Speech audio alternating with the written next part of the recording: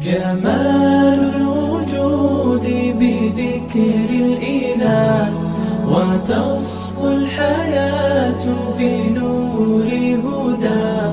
جمال الوجود بذكر الإله وتصفو الحياة بنور هداه.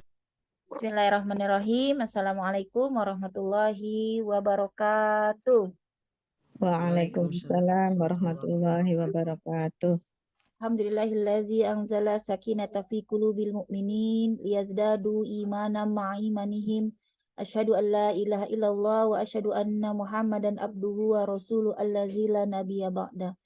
Allahumma salli wa sallim ala rasulillahil karim sayyidina wa syafi'ina wa maulana Muhammadin wa ala alihi wa sahbihi ajmain amma ba'du.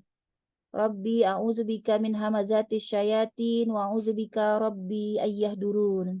Subhanaka la ilma lana ilma 'allamtana innaka antal halimul hakim. La haula wala quwata illa billahil aliyyil azim. Yang kami hormati dan kami muliakan Al-Mukarramah Al-Ustazah Dr. Fadila Ulfa LCMA dan seluruh jamaah Majelis Taklim Ummahat Smart Parents Community.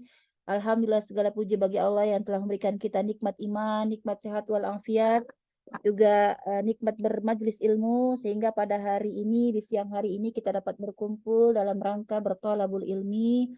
Semoga Allah istiqomahkan kita dalam kebaikan, dalam ketaatan, dan insya Allah kita menjadi seorang yang ahlul ilmu. Amin, amin ya rabbal alamin. Salawat teriring salam tak lupa kita haturkan kepada junjungan kita Nabi besar Muhammad Sallallahu Alaihi Wasallam, kepada para sahabat, juga kepada para tabi'in, tabi'ut tabi'at. Semoga kita semua senantiasa istiqomah dalam memegang sunnah beliau hingga akhir zaman. Amin, amin ya rabbal alamin.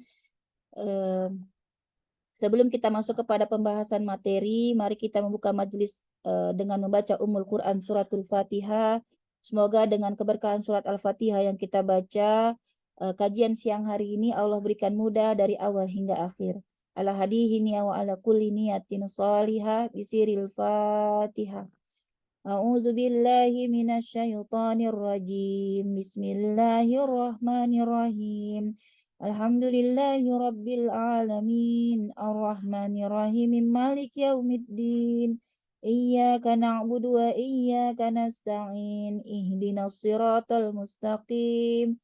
Siratal ladzina an'amta 'alaihim ghairil maghdubi 'alaihim waladdallin. Amin, amin, amin ya rabbal alamin. Untuk acara selanjutnya adalah materi yang akan disampaikan oleh Al-Mukarramah Al-Ustazah Dr. Hajjah Fadila Ulfa LCMA kepada Al-Mukarramah Al-Ustazah Dr. Hajjah Fadila Ulfa LCMA. Tafaddali masykur Ustazah.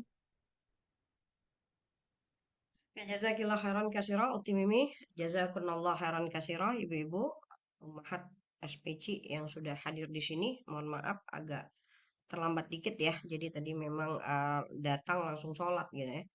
Jadi alhamdulillah mudah-mudahan insya Allah dalam menunggunya tadi bersilaturahim ya, bertatap wajah ya, bersapa-sapa ya. Insya Allah mudah-mudahan kita juga dapat dari majlis ilmu ini selain menuntut ilmu juga bisa bersilaturahimnya ya insya Allah ya. Oke, kita mulai saja insya Allah. A'udzubillahi minasyaitonirrajim. Bismillahirrahmanirrahim. Assalamualaikum warahmatullahi wabarakatuh. Waalaikumsalam. Waalaikumsalam warahmatullahi wabarakatuh. Alhamdulillah rabbil alamin wa bihi nasta'in ala umurid dunya waddin wassalatu wassalamu ala asyrafil anbiya'i wal mursalin wa ala alihi wa sahbihi ajma'in. Rabbi shrah li sadri wa yassir li amri wahlul 'uqdatam min lisani yafqahu qawli subhanaka la ilma lana illa ma 'allamtana innaka antal alimul hakim. La haula wa la quwata illa billahil aliyil azim amma ba'du. Alhamdulillah, puji syukur kehadrat Allah Subhanahu wa taala sampai saat ini Allah masih melimpahkan kita berbagai karunia dan nikmat. Tentu saja nikmat yang paling utama yang kita syukuri pertama kali adalah Allah beri kita nikmat iman. Kemudian Allah beri kita nikmat Islam dan kemudian Allah beri kita nikmat sehat walafiat. Mudah-mudahan semua muslimat yang hadir di sini ataupun yang belum lagi hadir di sini senantiasa diberikan oleh Allah kesehatan jasmani dan rohani Ya, begitu juga dengan keluarga kita, sahabat-sahabat kita, orang-orang terdekat di hati kita ya. Mudah-mudahan dengan wasilah Al-Quran tentu saja. Salat serta salam kita sampaikan kepada baginda Nabi Muhammad sallallahu alaihi wasallam. Allahumma salli ala sayyidina Muhammad wa ala ali sayyidina Muhammad. Oke, ibu-ibu sekalian yang dirahmati Allah, siang ini kita akan melanjutkan pembahasan tadabur surat-surat yang berkaitan dengan waktu ya. Meskipun secara secara spesifiknya dia tidak membahas tentang waktu, tapi ayat-ayatnya diawali dengan Allah bersumpah dengan waktu. Jadi memudahkan kita untuk menghafal apa saja yang sudah kita pelajari ya. Jadi kita mulai kemarin dari surat Al-Fajr, kemudian sekarang masuk surat Ad-Duha. Karena memang suratnya ini tidak pendek, ya nggak akan bisa dihabiskan dalam satu pertemuan ya. Jadi paling tidak kita bisa pecahkan menjadi dua. Yang pertama itu baru pengantar, tema inti, munasabat antar ayat, kalau ada asbabun nuzulnya ya. Jadi semua yang berkaitan dengan atau keistimewaan surat. Nah, itu kemarin sudah kita bahas dan ibu-ibu juga sudah dapat catatannya ya. Jadi insya Allah kita tidak ulang lagi. Maka siang hari ini kita coba untuk masuk ke dalam tadabur ayat per ayatnya. Tentu saja masuknya sudah lebih mudah karena sebenarnya pengantar-pengantar tadi sudah dijelaskan sebelumnya ya. Jadi kalau misalnya kita berbicara poin penting dalam surat Ad-Duha itu sebenarnya penjelasan tadabur secara umum ya. Jadi ada beberapa mungkin yang kita dapati ayatnya sama penjelasannya dengan ketika berada atau ketika kita belajar pengantarnya ya. Jadi paling tidak pengantar itu akan memudahkan kita memahami ayatnya ketika kita masuk tadaburnya insya Allah ya. Jadi seperti biasa, usaha coba untuk kita share slide-nya ya, biar kita lebih memahami lagi kata per kata daripada Al-Qur'annya. Nah, nih. Jadi beruntunglah ibu-ibu nih, dia kalau di kajian online sebenarnya lebih cantik nih tadabur Quran. Ya, jadi kalau Ustazah berulang kali kajian offline nggak bisa dapat feelingnya, kenapa? Karena nggak bisa menjelaskan ayat per ayatnya. Karena mungkin kondisi ruangan yang luas ya, atau kondisi suara kita yang terbang di bawah angin gitu, terus jamaah yang besar, maka susah sekali untuk memfokuskan pada tadabur Al-Qur'annya. Tapi kalau kajian online kita benar-benar bisa masuk ke dalam ayatnya. Nah, ya. Jadi memang ternyata tadabur ini cantik ketika dia tetap di kelas online. Jadi kita bisa langsung melihat ayatnya satu demi satu. Nah, ya. Jadi ibu-ibu pun fokus dengan slide yang Ustazah tampilkan ini. Jadi sudah nampak semuanya ya. Oke, nah ini kemarin secara sekali lewat saja ya. Kita kan sudah bahas tentang poin pentingnya ya. Nah, poin penting ini adalah perluasan makna dari ayat-ayatnya ya. Kemarin apa yang kita bahas, apa sih yang kita lihat ketika ada dalam surat Duha itu sama seperti judul yang kita beri ya, habis gelap terbitlah terang. Nggak mungkin kita gelap-gelapan terus. Maka inna ma'al usri yusra. Nanti itu al-insyirah tuh cantik ya. Dia berkaitan dengan surat Ad-Duha, yaitu surat yang disebut hiburan untuk baginda Rasulullah SAW. Ya. Jadi kita tidak boleh berpikir bahwa seluruh hidup kita gelap, seolah-olah tidak ada cahaya, padahal pasti jalan keluar itu ada.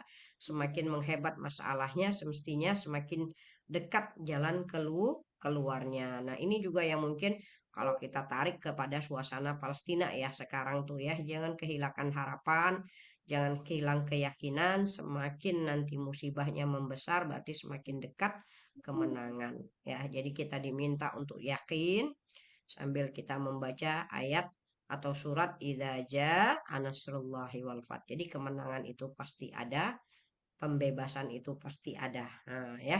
Jadi seperti itu. Jadi surat Ad-Duha dia adalah ini nih poin pentingnya. Berpikir positif.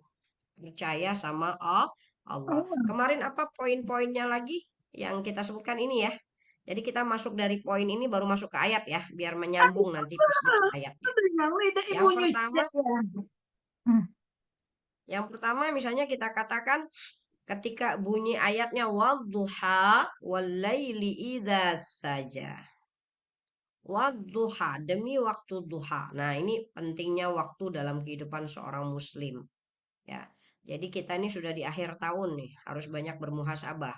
Sepanjang tahun ini apa yang sudah kita dapatkan. Nah, ya.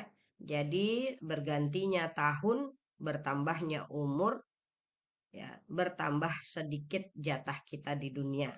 Maka surat Ad-Duha sama seperti surat Al-Fajr nantinya, sama seperti surat Al-Asr, dia dibuka dengan sumpah Allah terhadap waktu. Jadi ini menunjukkan waktu itu penting dan ada yang lebih penting lagi, memanfaatkan waktu itu. Nah, ya, kemarin dalam surah Al-Asr kita sudah disebut ya, sudah dijelaskan bagaimana mengisi waktu. Amanu, isi hatinya dengan cinta melalui ma'rifah, berarti berilmu. Berilmu itu membuat cahaya bagi hati. Maka ini satu muhasabah. Kalau ibu-ibu berilmu, hati tambah sakit, banyak penyakitnya, nanti bermuhasabah ilmu apa yang dipelajari sehingga hati tambah sakit. Jangan sampai belajar dengki iya. Jangan sampai berilmu arogan iya. Maka bersihkan hati. Karena sebenarnya ilmu itu membuat hati bercahaya lalu jatuh cinta. Bukan jatuh cinta kepada makhluknya. Bukan berarti ibu-ibu kalau sudah belajar lalu ta'assub sama gurunya, jatuh cinta sama gurunya. Enggak. Fungsi ilmu adalah sujud kepada Allah. Maka tidak guru, tidak murid. Kalau sudah berhadapan dengan ilmu Allah, semuanya menunduk. Ya. Maka Masya Allah, ini yang dikatakan bagaimana cara mengisi waktu. Berilmu, membuat hati bercahaya, bersihkan hatinya dengan ma'rifatullah, mengenali Allah, mengenali Rasulullah. Ya. Kemudian beramal. Jadi kalau ilmu tidak dipraktekkan itu akan menjadi musibah. Dia akan menjadi pertanyaan. Sudah dapat ilmu, dikemanakan ilmunya? Dibuat apa? Dan yang terakhir, berdakwah. Ya. Jadi kalau kita sudah berilmu dan beramal, ajak manusia untuk berilmu dan beramal. Berarti kita punya tanggung jawab satu lagi. Bukan hanya individu, tapi makhluk sosial. Nah, ini yang bagian pertama. Ya, wadduha walaili idza saja. Pentingnya waktu dan bagaimana cara mengisi waktu. Maka dikaitkan dengan surat lain yang berkaitan dengan cara mengisi waktu. Jadi waktu itu cuma 3 cara ngisinya. 1, berilmu. 2, beramal. 3, berdakwah. Jadi kalau ibu-ibu habis waktunya untuk 3 ini insya Allah nggak merugi. Ya. Kemudian yang kedua, kita lihat di sini ad-duha dengan al-lail. Tadi kita katakan apa? Habis gelap, terbitlah fajar. Ya. Habis gelap, terbitlah cahaya. Bahkan cahaya akan semakin terang di tengah kegelapan. Jadi ada kalanya memang Allah menggelapkan supaya apa? Supaya kita tahu cahayanya, supaya kita bertambah terang. Ya, maka di sini ada pesan di balik ayat bahwa ketika Rasulullah lama tidak turun wahyu, hampir 6 bulan, sampai-sampai orang kafir Quraisy kemarin kan berkata, "Oh, Muhammad sudah ditinggalkan Tuhannya." Kenapa? Karena wahyu lama tidak turun. Bagi Rasulullah, wahyu tidak turun itu bagaikan kegelapan. Rasulullah bersedih, bertanya-tanya, apakah aku memang dibenci oleh Tuhanku? Kenapa wahyu nggak turun? Padahal wahyu itu luar biasa berat itu. Tapi ternyata Rasulullah lebih merindui wahyu itu. Ya, jadi Allah tegaskan bahwa ada masanya kita mengalami kegelapan. Dan ingat setelah kegelapan akan muncul cahaya. Maka ini ibaratnya ad-duha ini adalah wahyu yang turun setelah al-lail. Al-lail itu adalah kegelapan yang menyertai Rasulullah karena Rasulullah lama tidak turun wahyu. Maka ketika turun surat ad-duha, Rasulullah bertakbir, Rasulullah bertahmid. Makanya kita kalau khatam Quran kan mulai dari surat ad-duha ya, baca takbirnya, baca tahmidnya. Nah, ya, kalau ibu-ibu khotaman kan mulai dari ad-duha sampai surah An-Nas kan dibaca, dan setiap surat itu membaca takbir, tasbih, tahmid, subhanallah walhamdulillah wala ilaha illallah wallahu akbar. Baru dilanjutkan ke ayat setelahnya. Itu biasanya yang kita gunakan kalau kita mau khataman Quran. Kita nggak dari awal sampai akhir, dari awal sampai akhir sudah dibuat sendiri-sendiri di rumahnya, dan nanti pas bareng-barengnya mulai dari surah Ad-Duha. Ya, ini yang kita katakan wadduha wal laili idza saja. Nah, ini maksud saya nanti kalau sudah ketemu di ayat ini berarti kita cuma masuk sekali lewat saja karena ini sudah dijelaskan. Ya, wadduha wal laili idza saja. Berarti malam digambarkan istirahat. Malam digambarkan bahwa kita merenung, kita berkontemplasi, kita memikirkan hidup kita, ya, baru masuk fase ad-duha, ya. Kemudian lagi apa yang dimaksudkan dalam ayat di sini? Masdar hukum. Masdar itu adalah sumber hukum, adalah Quran dan Sunnah.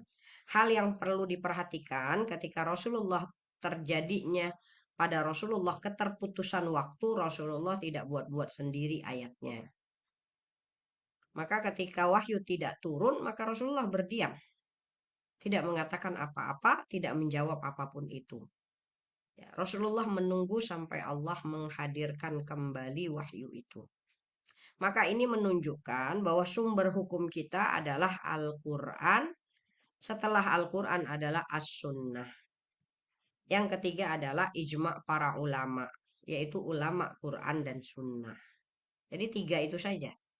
Di luar itu hanya fatwa-fatwa. Yang kalau dia selaras dengan Quran, selaras dengan hadis, selaras dengan keputusan para ulama, maka dibenarkan. Tapi kalau dia tidak selaras dengan Quran, tidak selaras dengan hadis, tidak selaras dengan pendapat para ulama yang yang merujuk kepada Quran dan hadisnya, maka nggak boleh. Makanya ibu-ibu kalau misalnya nih ada guru silahkan saja berpendapat. Tapi selama itu pandangan dia pribadi, nggak usah ngotot sekali. Sampai ngalahkan semua ustadz 10 disalahkannya. Yang benar tuh gurunya yang satu itu aja. Nggak boleh. Semua orang boleh berpendapat kalau agama ini sesuai pendapat manusia. Pendapat ulama kita ada berapa? Kalau ada 1000, kepalanya satu-satu semua. Gimana? Pening nggak kepala kita? Pening. Maka pendapat para ulama itu adalah kalau ada keikhtilafan, maka para ulama berkumpul. Maka kita dalam mazhab fikih ada namanya mazhab Syafi'i, ada mazhab Hambali, ada mazhab Maliki, ada mazhab Hanafi. Itu semua bukan kepala orang satu. Mazhab Syafi'i itu adalah semua orang-orang yang satu fatwa dengan Imam Syafi'i. Dan kita lihat bagaimana kredibelnya Imam Syafi'i, Imam Hanafi, Imam Maliki. Itu kenapa? Karena memang pendapat-pendapat mereka yang lebih diambil sebagai hukum. Adapun pendapat-pendapat yang lain yang dari para ulama hanya sebatas anjuran. Dan kalau itu baik ya nggak apa-apa, itu berarti nasihat. Kalau tidak sejalan ya jangan dilakukan.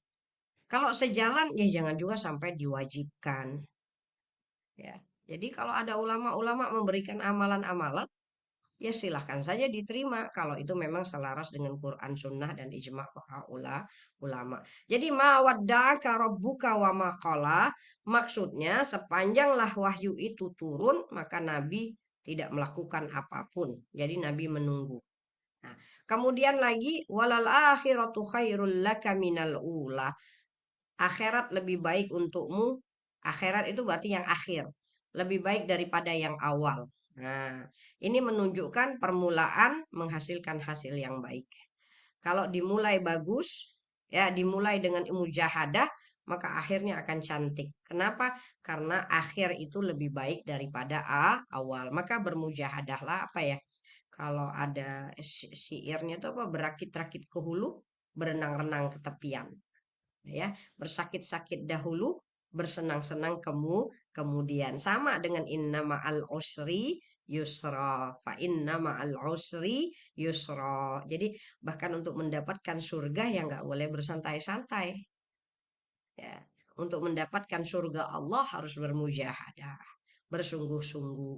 Maka awal yang bagus, yang cantik, dengan susah payah, dengan mujahadah, maka dia akan mendapatkan akhir yang cantik. Tapi kalau awalnya bersantai-santai, maka hati-hati di akhir nanti penutupnya tidak cantik.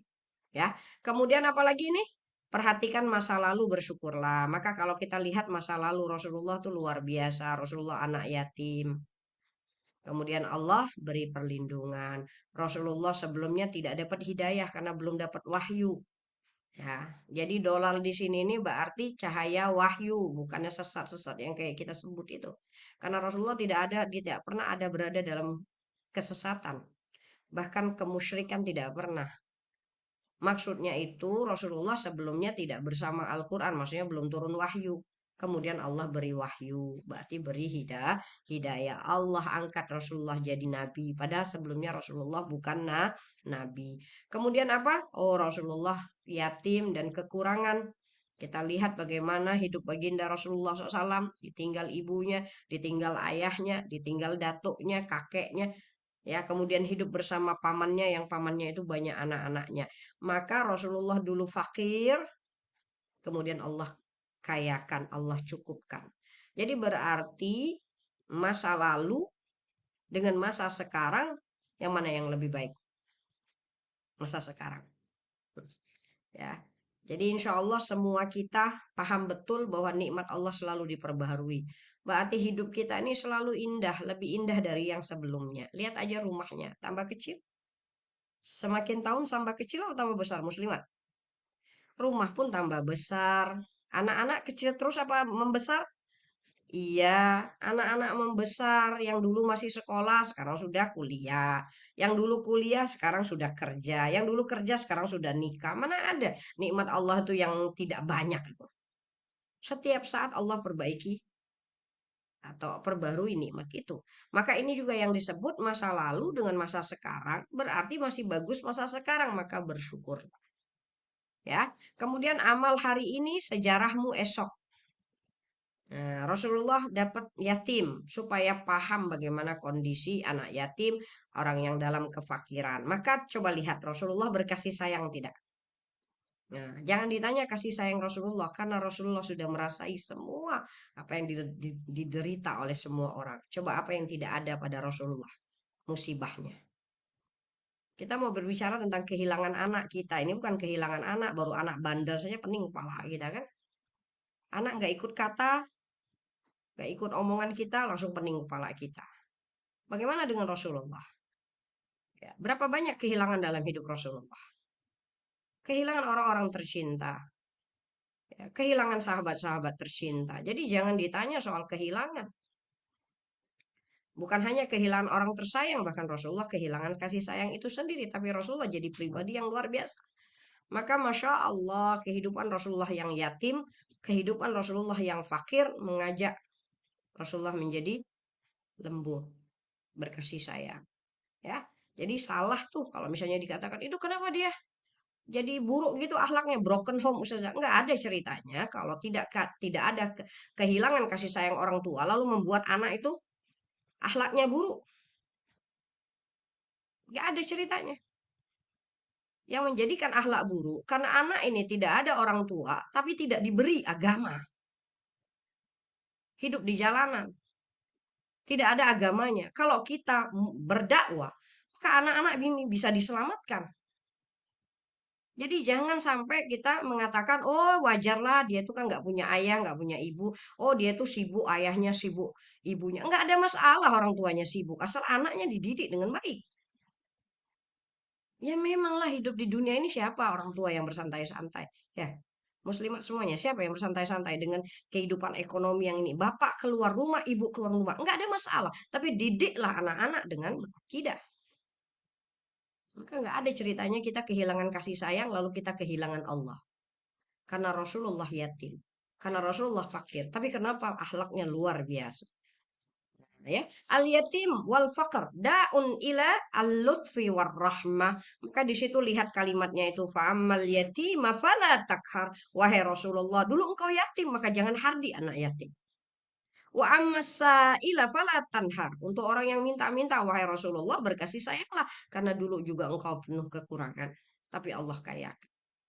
Wa amma bi ni'mati rabbika fahaddis. Adapun untuk nikmatmu berceritalah. Ya, bersyukurlah dengan menceritakan nikmat-nikmat Allah, bukan menyombongkan diri dengan nikmat-nikmat Allah. Bersyukur berarti mengembalikan nikmat itu kepada Allah secara lisan, secara hati, secara perbuatan. Kalau kita katakan bersyukur, itu lisan kita senantiasa berzikir, menyebut nama Allah yang memberi nikmat. Ya, hati kita tunduk, nggak boleh menyombongkan diri. Kalau sombong berarti nggak bersyukur. Hatinya tunduk, lisannya berzikir, anggota tubuhnya bersedekah, memberikan yang terbaik untuk manusia. Itu yang disebut bersyukur. Wa amma bi ni'mati rabbika hadis. Maka bagian yang terakhir itu apa? Bentuk nyata rasa syukur. Nikmat kekurangan tadi, nikmat perlindungan. Allah bagi Rasulullah nikmat perlindungan ya. Oke. Maka Rasulullah membalas nikmat perlindungan itu dengan kasih sayang kepada anak yatim. Nikmat hidayah dibalas oleh Rasulullah dengan berkasih sayang dengan anak orang-orang miskin. Nikmat kekayaan dibalas oleh Rasulullah dengan bersyukur, tahadus bin nikmah. Ya. Nah, ini bagian-bagian atau poin penting dari surah Ad-Duha. Nah, daripada poin-poin ini kita masukkan daripada ayat per ayatnya. Kita masuk sini. Nah, nih, ya. Jadi kita tinggal satu slide saja habis ya. Oke. Kita mulai dari sini. Surat ini dia ada 2 sumpah, 3 janji, 3 dalil, 3 perintah. Saya jawabnya kalau Ustazah tanya. Apa 2? Oke, kita mulai dari sini ya. Surat Ad-Duha berisi apa? 2 sumpah. Mana 2 sumpahnya? Mana 2 sumpah yang ada dalam surat Ad-Duha? Wadduha. Wadduha. 1. Yang kedua? Walaili. Walaili idza saja. Oke, berapa sumpah? 2. Demi duha, demi cahaya matahari yang lagi indah-indahnya.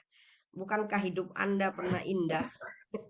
Jangan lupakan keindahan. Yang ingat cuma sedihnya aja.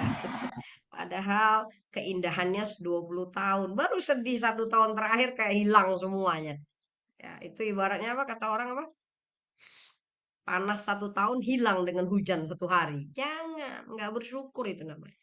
Maka selalu ingat tuh waktu muda, waktu indah-indahnya itu, waktu nggak punya masalah itu. Ya, jadi jangan sampai akhir-akhir menjadi rusak semuanya. Wadduha, demi waktu duha, lihat duha itu indahnya.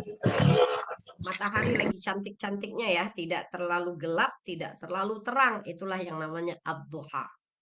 Matahari sedang merah-merahnya. Itu asik sekali, kalau berkajian juga asik gitu. Kalau mengajar di waktu duha asik, kalau menghafal di waktu duha asik, bekerja di waktu duha juga asik. Kalau udah mulai zuhur tuh udah mulai panas tuh mataharinya. Tapi itu indah juga, tapi nggak seindah duha. Wadduha wal-laili. Wal-lail. Al-lail apa indikasi lain? Gelap, sunyi, sepi. Bergantung kita yang memaknai kegelapan ini. Ada sebagian orang terlalu apatis dengan kegelapan. Seolah-olah kalau hidupnya sepi, kayaknya sedih gitu ya. Padahal bahkan kesunyian menambah keindahan. Bahwa dalam kesunyian baru kita melihat Tuhan kita. Kalau dalam keramaian tuh susah menemukan Allah. Ya, ada kalanya memang sometimes kita ditinggalkan lah oleh manusia kan. Ada kalanya memang kita harus gelap hidup kita ini supaya menemukan cahaya Allah. Ya, kita kalau tidak disakiti makhluk nggak mau dekat kita sama Allah tuh. Masih bergantung ke makhluk terus, masih bergantung ke makhluk. Siap-siap aja kecewa. Kalau sudah kecewa nanti bergantung kepada Sang Pencipta. Maka ini namanya kegelapan, tapi kalau bisa mencari hikmah di balik kegelapan malam, maka kita pun akan merasa malam itu indah meskipun kita sendirian. Malam itu indah meskipun hati tersakiti, terzalimi ya. Kenapa? Karena kita bisa menemukan cahaya bahkan dalam kegelapan kita. Yang kita takutkan itu dalam kegelapan bahkan nggak ada cahaya.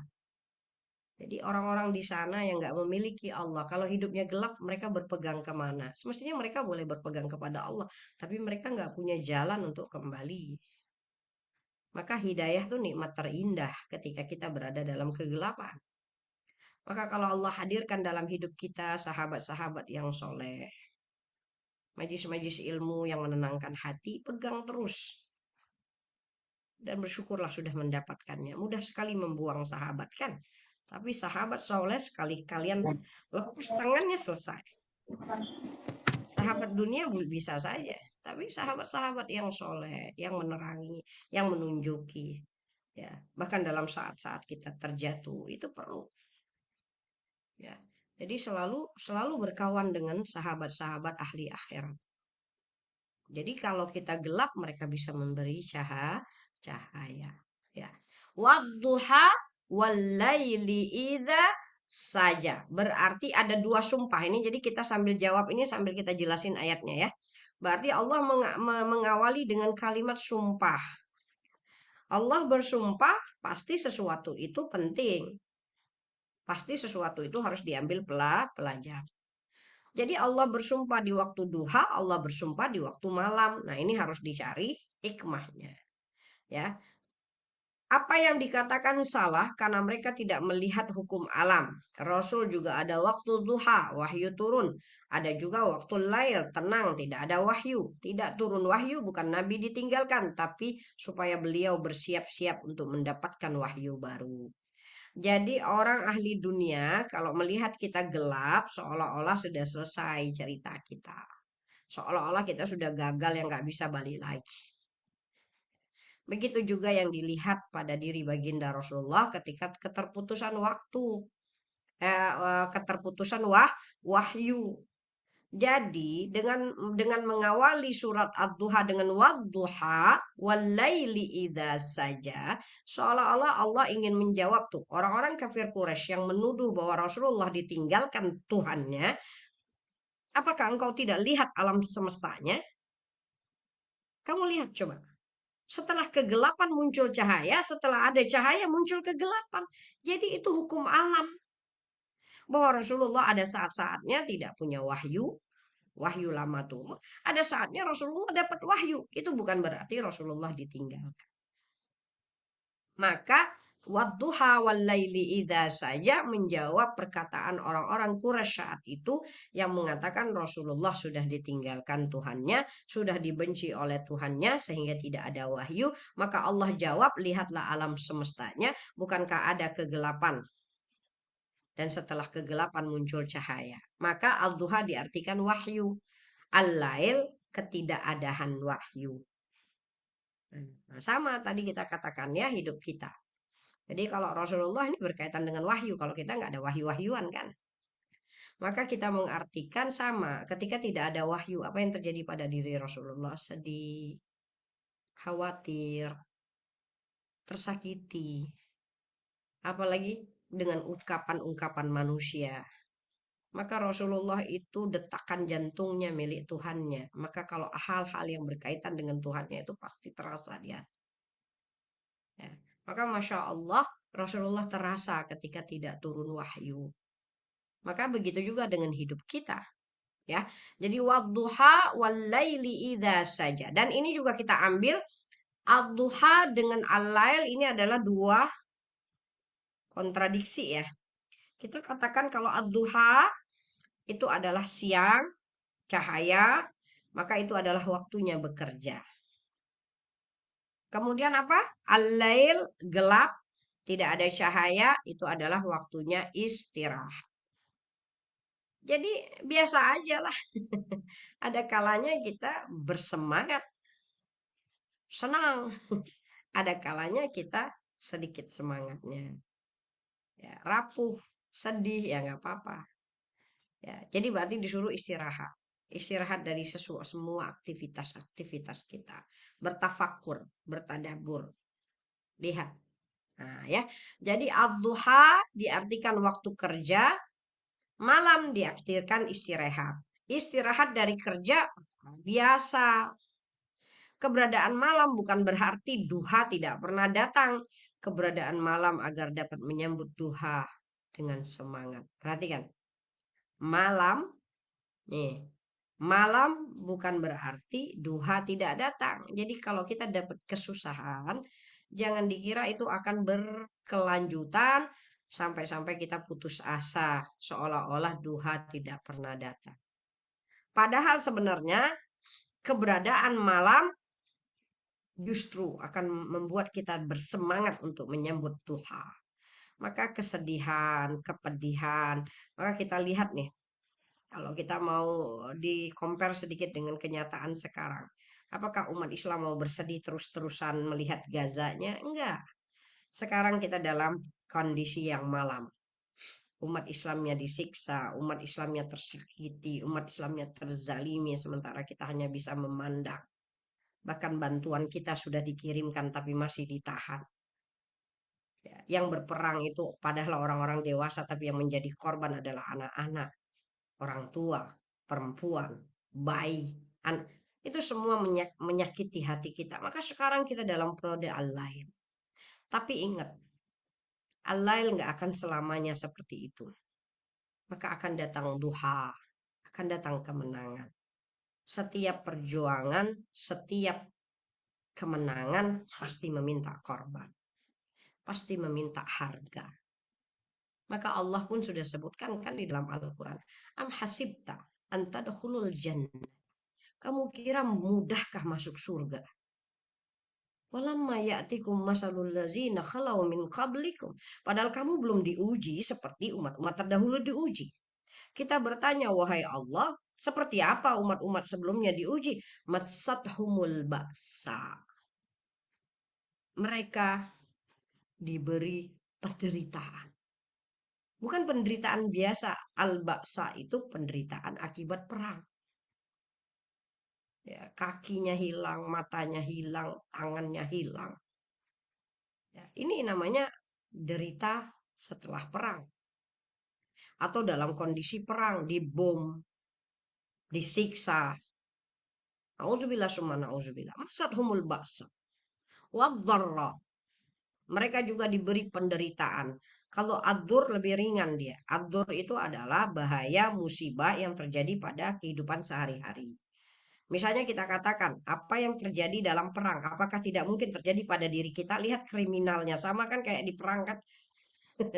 Kriminalitas kita tuh level tinggi, sudah lebih dari tentara itu. Dimutilasi itu orang. Kepalanya di mana, kakinya di mana. Jadi beda, hampir sama juga. Kalau manusia nggak punya hati, memang dia kayak gitu.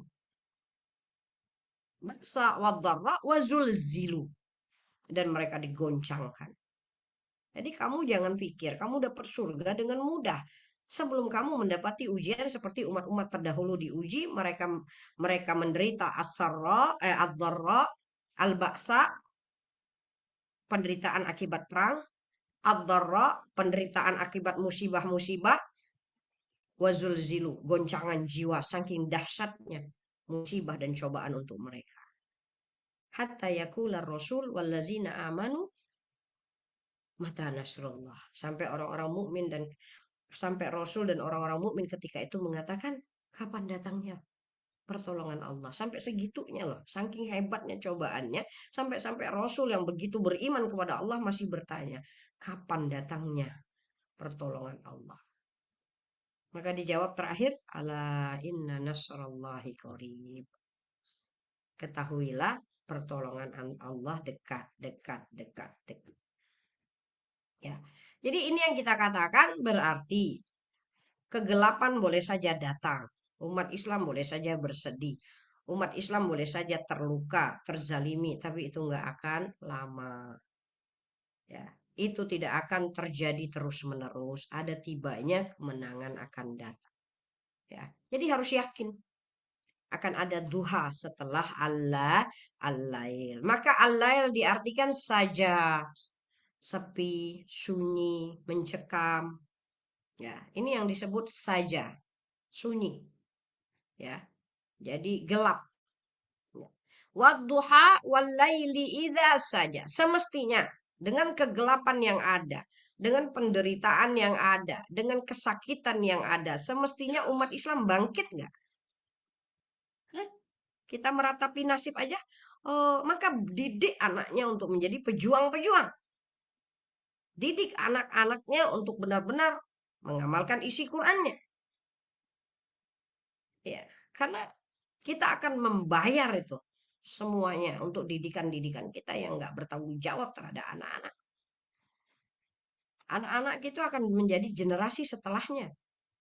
Dan jangan sampai generasi hancur juga hanya karena kita nggak mendidik mereka dengan baik. Nah, berarti jangan hanya meratapi nasib. Ya, ada yang mengatakan apa? Kalau tidak bisa memberikan cahaya, paling tidak jadi lilin aja jadilah. Lilin satu. Daripada blem kegelapan, maka nyalakan lilin walaupun satu. Bergeraklah, berdakwahlah, apapun caranya. Jangan hanya meratapi kenapa umat Islam, kenapa. Sekarang yang diminta Allah, apa kerja kamu? Apa yang kamu lakukan? Oke, Masya Allah, sedikit apapun yang kita lakukan, maka tujukan untuk Allah. Karena perjuangan di sana juga untuk agama Allah, maka kita juga berjuang untuk agama Allah dari sini. Mengajak semua manusia untuk bersama-sama menampilkan wajah Islam yang sesungguhnya, wajah yang penuh kasih sayang, wajah yang penuh kelembutan. Jadi kalau Gaza saja bisa menampilkan kelembutannya, kasih sayangnya, meskipun mereka di tengah perang, lalu kenapa kita arogan, tidak mau bantu orang, padahal kita dalam kondisi yang biasa, tidak terzalimi pun. Nah, ya. Jadi wadduha walaili idza saja, berarti keberadaan malam bukan berarti duha tidak datang. Keberadaan malam agar dapat menyambut duha dengan semangat. Berarti musibah yang terjadi pada saat ini di Palestina dan lain sebagainya membuat umat Islam bangkit semestinya. Bersatu semestinya, mencari solusi, walaupun mungkin kita katakan Masya Allah sudah banyak sekali korban jiwa berjatuhan. Tidak ada masalah. Kalau Allah mau membantu, kun fayakun. Tapi kalau Allah masih menahan bantuannya, berarti Allah menunggu apa kerja kita. Ya. Wadduha walaili iza saja. Berarti di sini ada dua sumpah. Kemudian yang kedua, ada 3 janji. Cari janjinya. Ada 3 janji. Mana janjinya? Janjinya yang mana? Ada nggak ayat-ayat yang berupa janji di sini?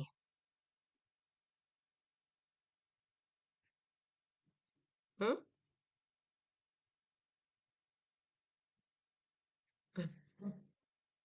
Coba ibu-ibu, coba pikir dikit lah. 3 dalil. Dalil itu bukti. Mana janji Allah? Tiga janji, 3 dalil, 3 perintah. Kalau perintah?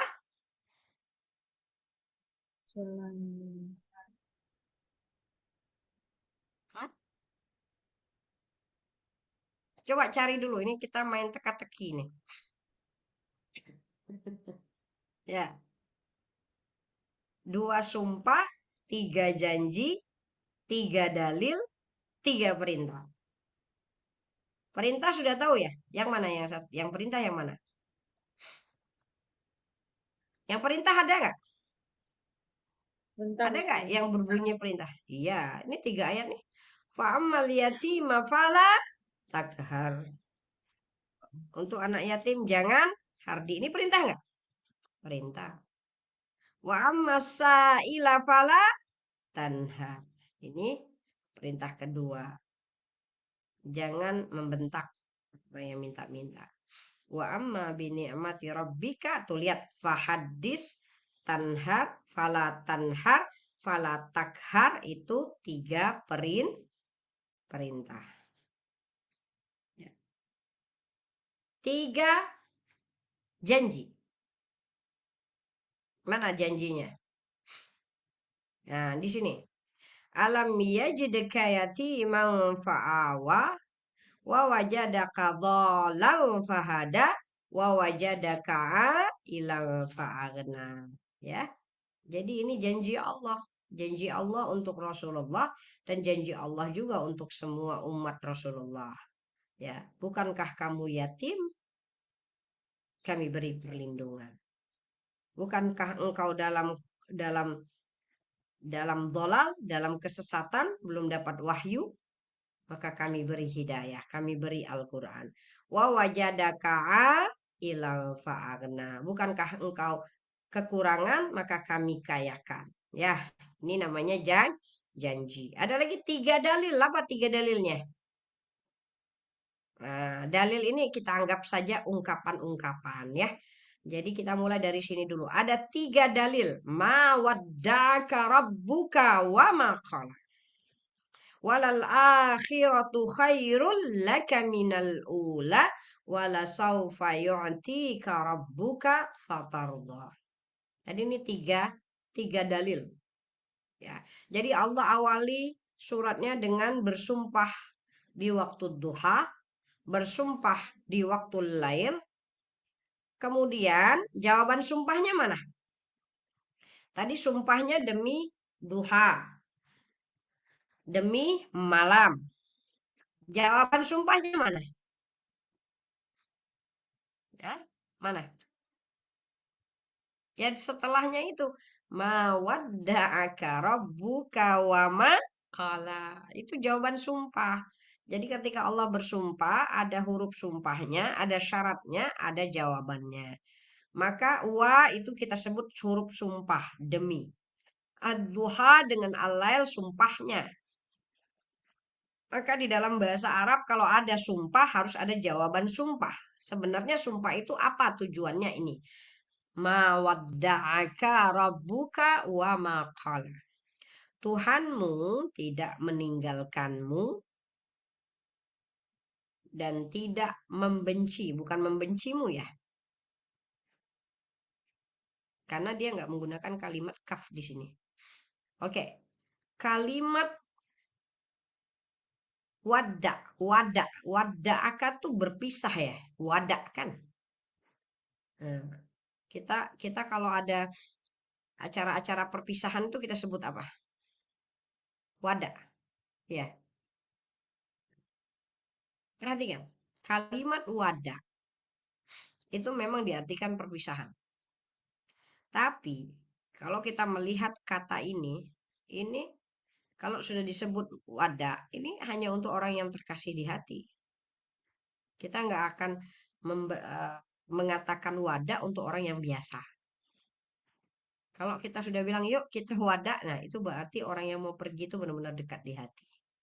Sehingga kita membuatkan acara untuk dia namanya acara wadaan.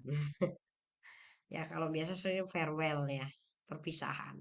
Jadi perhatikan, perpisahan itu hanya untuk orang-orang yang tercinta.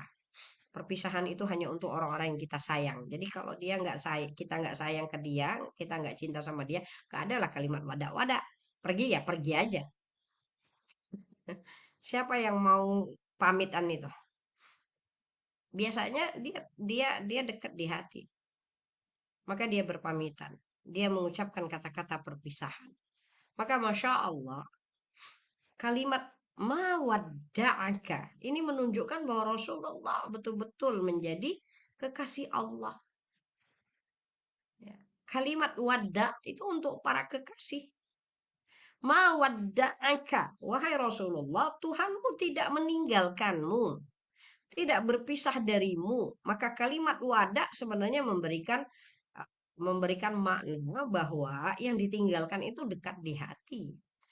Dan apalagi depannya ada kalimat ma. Andai saja ini nggak ada ma, kita udah tahu bahwa yang namanya perpisahan untuk para kekasih. Karena kalau tidak sambung hati nggak akan ada perpisahan. Ya, jadi pertama ini menunjukkan betapa sayangnya Allah, betapa cintanya Allah kepada baginda Nabi sehingga digunakanlah kalimat ma wadda'aka rabbuka. Kenapa coba keluar kalimat wadda'aka ini? Karena wahyunya lama tidak turun sehingga Rasulullah bersedih. Maka inilah kalimat yang menghibur hati baginda. Ma wadda'aka rabbuka. Kenapa Allah gunakan kalimat Rabb? Kenapa nggak dikatakan Allah tidak meninggalkanmu? Tapi yang disebut Rabbuka. Kenapa? Nih di sini. Ilah umum untuk semua. Rabb lebih tepat. Yang memelihara, mengatur, mengurusi, tidak akan meninggalkan, apalagi membenci. Jadi begini, kalimat Allah adalah diartikan adalah Allah yang maha mencipta. Karena dia kalimat Allah adalah kalimat ditujukan untuk Tuhan kan. Tuhan yang disembah. Maka kita kalau sebut Allah, maka di sini akan dikatakan bahwa semua kita menjadikan Allah Tuhan kita, Tuhan yang disembah. Nah, sementara yang di sini lebih tepat adalah kalimat Rob. Kenapa? Karena Rob memiliki makna mengatur, mendidik, menyayangi. Ya. Jadi sudah mencipta, lalu menyayangi. Itulah yang maknanya Allah dengan Rob. Karena orang yang mencintai, dia yang akan mendidik kan.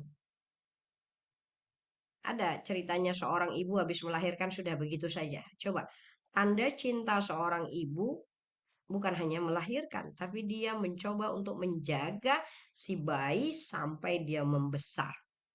Maka penjagaan, pendidikan, pembinaan, ini yang disebut kasih sayang luar biasa. Maka ketika Allah sebut mawadda'aka, kalau Allah sebut Allah, berarti Allah milik semua. Karena Allah yang disembah. Allah yang mendapatkan persembahan. Karena dia mencipta. Tapi kalau di sini disebut Rabb, ini lebih pas dengan Rasulullah. Karena Allah mengatur, Allah mendidik, Allah memberi kasih sayang. Ma wadda'aka rabbuka. Yang mendidik engkau wahai Rasulullah. Yang menjaga engkau wahai Rasulullah. Yang memelihara engkau wahai Rasulullah tidak akan pernah meninggalkan engkau. Maka ibu kita nggak akan pernah meninggalkan kita. Karena dia adalah Rabb. Dia yang memelihara kita. Maka selalu akan kalimat Allah dengan Rabb itu biasanya selalu akan digabung. Alhamdulillahi Rabbil Alamin. Alhamdulillah kita bersyukur bahwa Allah sudah menciptakan kita. Tapi Allah bukan hanya menciptakan kita, tapi Allah mengurusi kita dari awal kita lahir sampai kita mati. Sampai bahkan setelah kematian pun Allah mengurusi kita nggak? Ya. Kita nih kalau cuma dicipta saja nggak diurusin, cepat mati kita nih. Maka Masya Allah, Allah mencipta. Tapi setelah mencipta, Allah pikirkan makanan kita. Allah pikirkan minuman kita. Allah pikirkan segala sesuatu yang berkaitan dengan kita. Ya, semua disediakan untuk manusia enggak? Kendaraannya, hewan-hewannya, tumbuhan-tumbuhan. Itu yang dinamakan roh. Jadi kalimat wada hanya untuk orang-orang yang terkasih. Hanya untuk orang-orang yang tercinta. Mawadda'aka, maka Allah meletakkan huruf K di sini. Tuhanmu tidak meninggalkanmu.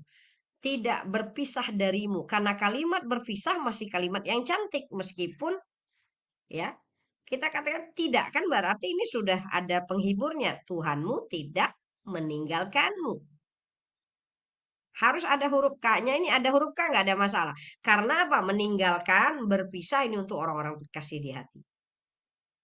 Tetapi ketika kalimatnya berubah menjadi benci, ini sudah agak tinggi kan. Maka Allah tak sebut K di sini. Ini halusnya ayat Quran. Ketika Allah mengatakan Allah tidak, Tuhanmu tidak meninggalkanmu, masih oke. Karena kalimat tidak meninggalkan itu untuk orang-orang yang terdekat di hati, para kekasih. Tapi kalimat membenci, maka ini kalimatnya keras. Walaupun diawali dengan kalimat tidak membenci kan. Tapi tetap saja bagi Allah kalimat membenci itu berat untuk Rasulullah. Maka Allah tak letak K di sini. Maka ayatnya berbunyi, Tuhanmu tidak meninggalkanmu dan tidak membenci. Enggak pakai membencimu. Untuk menjaga hati baginda Rasulullah SAW. Bahwa kalimat ini berat, meskipun dinafikan, tetap aja berat di hati Rasulullah. Maka Allah tak letak domir di situ. Saking Allah ingin menjaga hati Rasulullah. Saking Allah ingin menghibur hati baginda Rasulullah SAW yang bersedih terputusnya wahyu. Ma wadda'aka rabbuka wa ma qala. Nih, taudi untuk kekasih. Pakai dhamir ka, wadda'aka. Qala untuk musuh. Benci untuk musuh. Maka tidak pakai dhamir meski telah dinafikan. Oke ya. Wada untuk kekasih. Maka walaupun dinafikan Allah letak domirnya nggak ada masalah. Tapi kola membenci untuk musuh. Maka walaupun sudah dinafikan Allah tak letak domirnya. Tuh halusnya bahasa Al-Quran. Ma wadda'aka rabbuka wa ma qala. Ini dalil yang pertama. Dalil yang pertama adalah Tuhanmu tidak akan meninggalkanmu dan tidak membenci. Dalil kedua, walal akhiratu khairul laka minal ula. Wahai Rasulullah, yang akhir bagimu, untukmu, lebih baik daripada yang awal. Jadi anggap saja keterputusan wahyu itu dialami Rasulullah. Tapi setelah terputusnya wahyu, ya, maka dia akan menjadi baik. Lebih baik dari yang awal, tidak ada wahyu.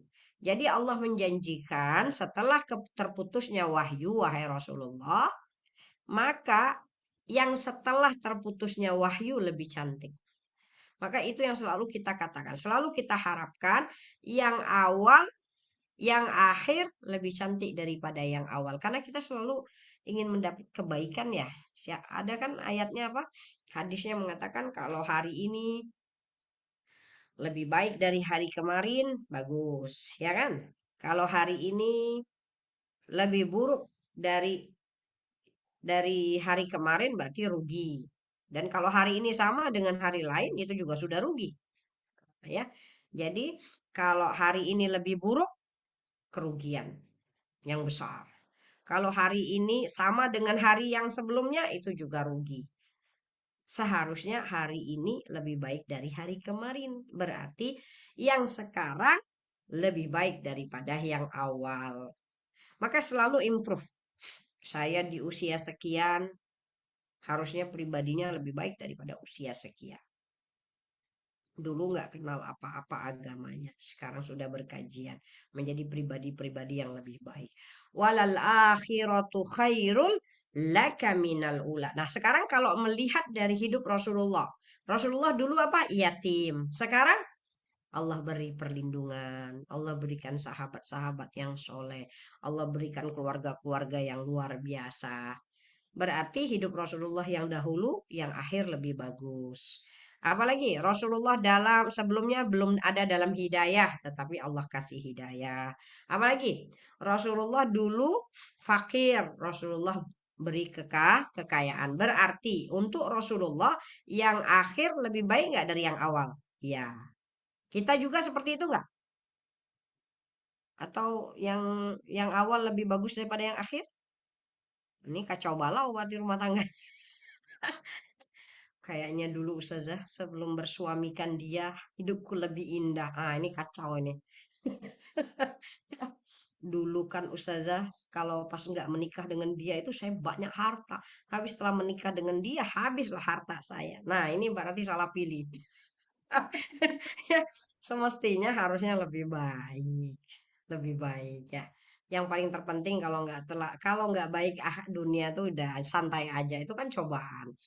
Yang kita tangisin tuh kalau nggak lebih baik akhirat.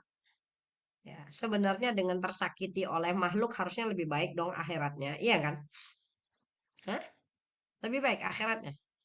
Iya, kalau sudah tersakiti oleh dunia, maka sebenarnya harusnya larinya kepada pencipta dunia. Maka ada banyak orang mendapatkan masalah, dia dapat tambah baik akhiratnya, tambah soleh, tambah sabar. Bukan sebaliknya. Paling tidak ini juga yang kita sebut ada makna kedua. Akhirat lebih baik daripada dunia. Apalah arti kehilangan jika Anda mendapatkan Allah? Apalah artinya kehilangan dunia kalau akhirat Anda dapatkan? Dan apalah artinya dunia, kepemilikan terhadap dunia, sementara akhirat tidak didapatkan? Kenapa? Karena akhirat dan dunia perbandingannya luar biasa. Khairu wa abqa. Satu, akhirat itu lebih kekal. Dua, akhirat itu bandingnya dengan dunia 1:99. Allah menurunkan rahmat 199 diturunkan di dunia, 1 diturunkan di akhirat. Satu salah. 1 diturunkan di dunia, 99 diturunkan di akhirat. 1 ini kita berebutan. Orang kafir dapat, orang munafik dapat, orang musyrik dapat. Sementara 99 rahmat hanya Allah beri kepada orang mukmin, dan itu dimulai dari hari pertama di kuburan, karena itu udah masuk akhir. Jadi bandingnya berapa? Dunia 1, akhirat 99. Hanya orang yang tak berakal menjual akhirat demi dunia. Masa iya mengambil yang 1 demi meninggalkan yang 99 demi yang 1. Satu lagi, yang hebatnya akhirat itu kekal. Jadi kita anggap saja, kita balik ya. Ustazah, seandainya dunia itu 99 rahmatnya, akhirat itu 1. Tapi dunia hancur, akhirat kekal. Mau pilih yang mana? 1 kan? Untuk apa kenikmatan yang luar biasa kalau ternyata berhenti juga? Yang kita inginkan adalah yang abadi, selamanya tidak berhenti. Maka nggak ada ceritanya kebahagiaan yang totally selama di dunia. Karena kalau bahagia, dihentikan kebahagiaannya, itu juga pasti bersedih. Misalnya anggap saja nih, ibu-ibu sama suami udah sehati sejiwa, macam Romeo and Juliet. Tapi ternyata ditinggal suami, meninggal duluan. Nah, sakit nggak itu? Sakit. Jadi berarti meskipun kita mendapatkan cinta yang sempurna, maka kalau itu di dunia, maka akan juga menjadi sempurna, cinta yang tidak sempurna. Kenapa? Karena dihentikan oleh kematian.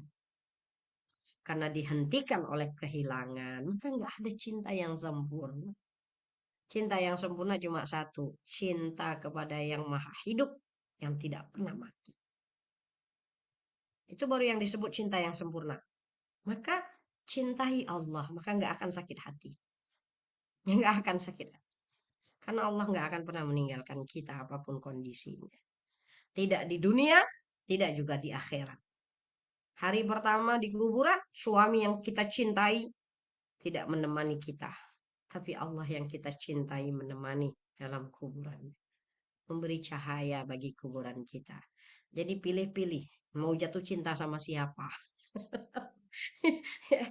Jangan salah mencintai sehingga terlukanya tambah dalam. Saking hebatnya kecintaan kepada makhluk itu, semuanya pada stres tuh kalau sekiranya yang dicintai luar biasa terus mati. Nah itulah yang ada di sinetron-sinetron, yang ada di cerita-cerita cinta, yang minum racun lah, orangnya mati dia pula mau ikut mati. Apakah seperti itu sakitnya? Iya, nggak bisa hidup tanpa dia. Saking jatuh cintanya sama manusia, maka tidak ada cinta yang sempurna. Maka mencintai akhirat itulah kecintaan yang sempurna, yaitu mencintai Allah, Rasulullah, dan agama Allah. Walal akhiratu khairul laka minal ula. Ini semuanya ayat untuk Rasulullah ya. Ma waddaka rabbuka wa ma qala walal akhiratu khairul laka minal ula. Boleh jadi awal hidupmu wahai Rasulullah dengan akhir hidupmu yang akhir lebih cantik daripada awal. Boleh juga wahai Rasulullah yang ada di dunia tidak lebih cantik dengan yang ada di akhir. Maka Rasulullah diberi pilihan kan ketika mau menghadapi Allah, mana yang engkau pilih? Hidup di dunia kekal selamanya atau bertemu Tuhan? Bertemu Allah. Dia pilih apa? Rasulullah pilih apa? Bal rafiqil a'la, bal rafiqil a'la. Bersama dengan Allah, itu yang diminta Rasulullah. Padahal Allah menjanjikan kekekalan pada baginda kalau ingin tetap di dunia. Tapi Rasulullah tidak memilih kekekalan yang ada di dunia, tapi Rasulullah lebih memilih untuk bersama kekasihnya, yaitu bersama Allah. 63 tahun. Bahkan kita ada yang 70, ada yang 80, ada yang 90. Rasulullah kekasih Allah hanya usianya 63 tahun. Jadi tidak panjang pun hidup Rasulullah. Dan beliau lebih memilih Allah daripada kehidupan di dunia. Padahal kehidupan dunia Rasulullah akhirat juga kan. Bukanlah menikmati seperti kita menikmati dunia. Ya. Itu yang kedua. Ma wadda'aka rabbuka wa ma qala walal akhiratu khairul laka minal ula. Ini terus sebut dalam hati kita, yang akhir lebih baik dari yang awal. Ya. Kemudian wala saufa yu'tika rabbuka fatardah. Dan Tuhanmu akan memberikan engkau nikmat yang membuat engkau ridho. Ini berarti ini yang kita katakan dalil juga. Ya, dalil bahwa Allah memberi Rasulullah pemberian yang membuat Rasulullah ridho. Sekarang yang kita akan bertanya, pemberian apa yang membuat Rasulullah ridho? Pemberian apa? Wala saufa yu'tika rabbuka fatarda. Ini ada kaitannya dengan inna a'tainaka kautsar. Di sini Allah mengatakan engkau akan diberi nikmat yang membuat engkau ridho. Dan dalam surat Al-Kautsar, sesungguhnya Tuhanmu telah memberikanmu nikmat yang banyak. Berarti direalisasikan dalam surah Al-Kautsar. Sekarang Ustazah tanya, nikmat apa yang membuat Rasulullah ridho? Apa? Pemberiannya apa? Apa? Umatnya. Jadi Rasulullah itu kebahagiaannya cuma satu, umatnya. Maka Rasulullah yang membuat ridhonya adalah tidak ada satupun umatku yang kekal di dalam api neraka. Tuh, itulah satu-satunya nikmat yang membuat Rasulullah ridho. Jadi Rasulullah tidak meminta bahkan untuk dirinya, tapi Rasulullah meminta untuk umatnya. Jadi ketika Allah katakan engkau akan diberi nikmat, maka nikmat itu akan membuat engkau ridho, maka nikmat yang besar itu adalah berkaitan dengan umatnya. Ummati, ummati, ummati. La arda wahidan ummati finnar. Wahai Allah, aku tidak pernah ridho satupun umatku kekal di dalam api neraka. Jadi Rasulullah ingin semua umatnya berada di surga. Maka beruntunglah orang Islam apapun bentuknya. Dia akan mendapat surga Allah. Maka kalimat tauhid, la ilaha illallah, betul sekali menjadi kunci surga. Siapapun yang mengucapkannya, maka dia akan masuk surga. Maka ada dua cara masuk surga. Satu, masuk surga tanpa hisab, tanpa azab. Ada dua, masuk surga diazab, dihisab. Dihisab, diazab. Jadi jangan hanya minta surga. Semua kita dapat surga, tapi mintalah surga tanpa azab, tanpa hisab. Oke, ini sudah 3 dalil ya.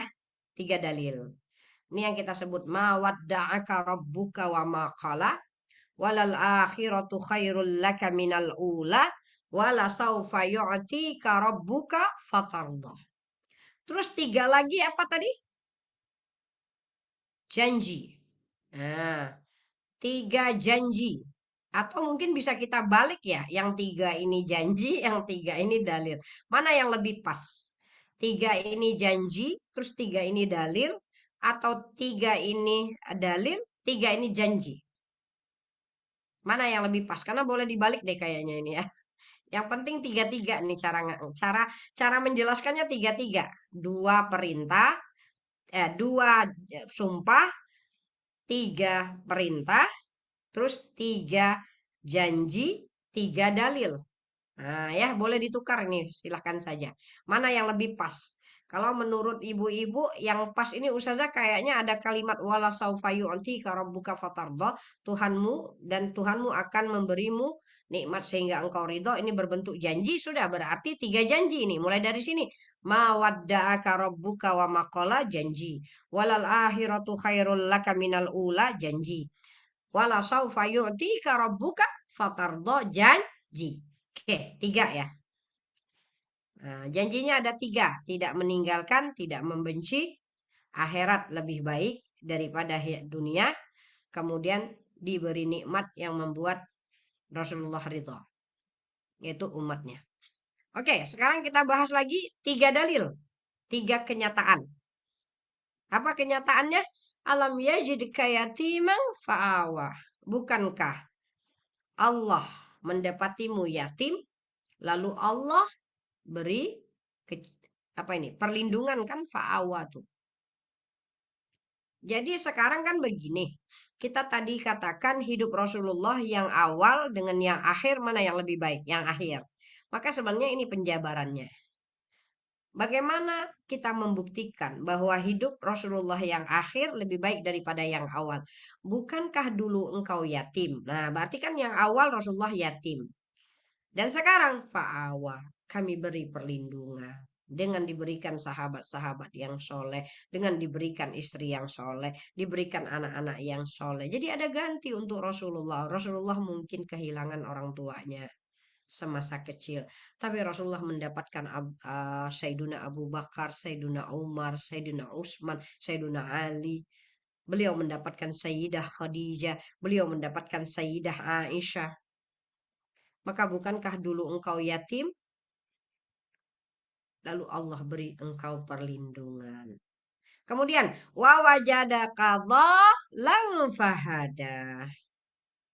Bukankah engkau dahulunya belum ada dalam hidayah, belum dapat wahyu. Fahada, Allah beri wahyu. Lihat di sini. Keluar dari hak, nama pohon di padang tandus kesendirian. Nah, ini juga bisa ya. Jadi wajadaka dhalan, ada sebagian mengatakan tidak diartikan kesesatan, karena nggak mungkin lah Rasulullah sesat kemudian baru dapat hidayah kan. Ada yang dikatakan bahwa wajadaka itu adalah Rasulullah dulunya, yaitu tadi kalau wahyu diartikan cahaya, maka dolan itu adalah kegelapan. Maksudnya kegelapan belum menerima wahyu. Nih, keluar dari nama pohon di padang tandus berarti kesendirian. Oh, ini di sini kayaknya, di sini Pak Awa ini nih kesendirian. Ya, bukan yang artinya di sini. Yang di sini nih tetap yang seperti yang tadi usah sebutkan ya. Keluar dari hak, nama pohon di padang tandus kesendirian. Berarti fa'awa ini. Fa'awa, fa'alam yajid kayatiman fa'awa wa wajadaka dhalan fahada. Atau di sini juga nih ada yang tidak mengetahui syariat. Jadi dulu Rasulullah belum mengetahui syariat, lalu Allah beri petunjuk untuk menjalankan syariat. Itu bisa juga diartikan dolan dengan fahada itu. Ya. Atau boleh jadi misalnya Rasulullah dalam kesendirian, kemudian Allah beri ketenangan, beri keramaian bersama Allah. Alam yajidka yatiman fa'awa wa wajadaka dhalan fahada. Kehidupan susah di masa lalu mengajarkan Rasulullah bersikap bijak di masa depan. Jadi berarti yang susah-susah itu menghasilkan hasil yang luar biasa. Wa wajadaka ilang fa'ana. Oke, ini bisa kita artikan sekali lewat saja ya. Jadi Rasulullah yatim, maka Allah beri perlindungan. Rasulullah sebelumnya belum dapat wahyu, kemudian Allah beri wahyu. Rasulullah sebelumnya fakir, kemudian Allah perkaya. Oke, ini anggap saja dalil. Oke, bukti. Dalil itu bukti. Jadi buktinya apa? Rasulullah dulunya yatim, kemudian Allah beri perlindungan. Rasulullah dulunya sesat, belum berada dalam hidayah, belum ada Qur'annya, maka Allah beri Quran. Rasulullah dalam kefakiran, kemudian Allah beri kekayaan. Oke, sudah sampai di situ ya. Berarti benarlah yang 3 pertama nih janji dulu ya. Janji dulu. Janji Allah tidak meninggalkan, tidak membenci, akhirat lebih baik dari dunia. Kemudian diberi nikmat yang membuat Rasulullah ridho. Itu janji. Dalilnya. Dalil adalah kenyataan. Maka kenyataannya adalah bukankah engkau yatim, kami beri perlindungan. Bukankah engkau sesat, belum ada dalam hidayah, lalu kami beri hidayah. Bukankah engkau kekurangan, lalu kami kayakan. Ini dalil kan? Oke. Daripada dalil ini, maka muncullah perintah. Jadi wahai Rasulullah, kalau dulu engkau yatim, lalu kami engkau beri perlindungan, maka terhadap anak yatim wahai Rasulullah, jangan hardik. Tuh, perhatikan nyambung kan? Karena engkau dulu yatim, engkau tahu bagaimana perasaan menjadi seorang yatim, maka terhadap anak yatim jangan menghardik. Oke. Wa ammasaila fala tanhar. Karena dulu engkau wahai Rasulullah berkekurangan, lalu kami kayakan, maka terhadap orang yang minta-minta, orang-orang yang minta kan orang berkekurangan kan? Oke. Maka terhadap orang yang minta-minta jangan engkau bentak. Jangan engkau hardik, jangan engkau bentak. Pokoknya mengucapkan kata-kata yang kasar, menunjukkan mimik wajah yang tidak menyukai, tidak boleh. Kita kalau sama anak yatim, kalau nggak memberi juga pasang wajahnya yang bagus. Sama orang yang minta-minta, kalau nggak memberi juga pasang wajah yang bagus. Jangan menunjukkan kebencian, apalagi dengan kata-kata kamu kan masih sehat, ngapain ngemis? Jangan. Kalau nggak mau ngasih ya sudah. Daripada mengatakan kata-kata yang kasar. Mereka nggak akan mungkin memilih untuk jadi pengemis kan? Nah, berarti mereka kurang pendidikan, mereka kurang pembinaan, dan mereka juga adalah orang-orang yang kita harus sayangi. Ya, hati-hati. Kalau nggak mau ngasih, diam aja. Jangan sampai mengeluarkan kata-kata yang tidak suka, jangan sampai mengeluarkan mimik wajah yang tidak suka dan lain sebagainya, karena ayatnya jelas terhadap anak yatim jangan dihardik, jangan dibentak, dan kepada fakir miskin peminta-minta jangan juga memberikan, ya seperti itulah, bentak juga sama nih, takhar dengan tanhar ini ya. Kemudian wa amma bi ni'mati rabbika fahadis, dan adapun dengan nikmat Tuhanmu wahai Rasulullah ceritakanlah. Coba lihat di sini bentuk nyata rasa syukur. Nah, ini yang tadi sudah saya sebutkan ya, jadi Rasulullah tadi kan harusnya bersyukur nih, sudah dari yatim diberi perlindungan, dari belum dapat hidayah. Kan berarti ini menerima nikmat dengan kesyukuran. Cara mensyukurinya apa ya? Ini tadi nikmat perlindungan menjadikan Rasul menyayangi anak yatim. Nikmat kecukupan menjadikan Rasulullah menyayangi fakir miskin. Nikmat hidayah membuat Rasul bertahaddus nikmah. Sebesar apapun masalahnya, bicarakanlah yang baik tentang Allah. Lihat ya, coba Ustazah ulangi lagi. Ini cocok juga nih maknanya. Nikmat perlindungan menjadikan Rasul menyayangi anak yatim. Nih, fa'ammal yatima fala takhar. Berarti ambil dari sini. Alam yajid kayatimang fa'awa. Bukankah dulu engkau yatim wahai Rasulullah, lalu kami beri perlindungan. Maka karena engkau diberi perlindungan wahai Rasulullah terhadap anak yatim, maka kamu harusnya berkasih sayang. Fa'amal yatima fala takhar. Berkasih sayang dengan anak yatim karena dulu engkau adalah yatim lalu kami beri perlindungan. Yang kedua, wa ammasaila fala tanhar. Kamu dulu engkau dulu wahai Rasulullah belum punya kekayaan, lalu kami beri kekayaan, maka terhadap orang-orang yang tidak punya kekayaan berkasih sayanglah. Fala tanhar, jangan membentak mereka.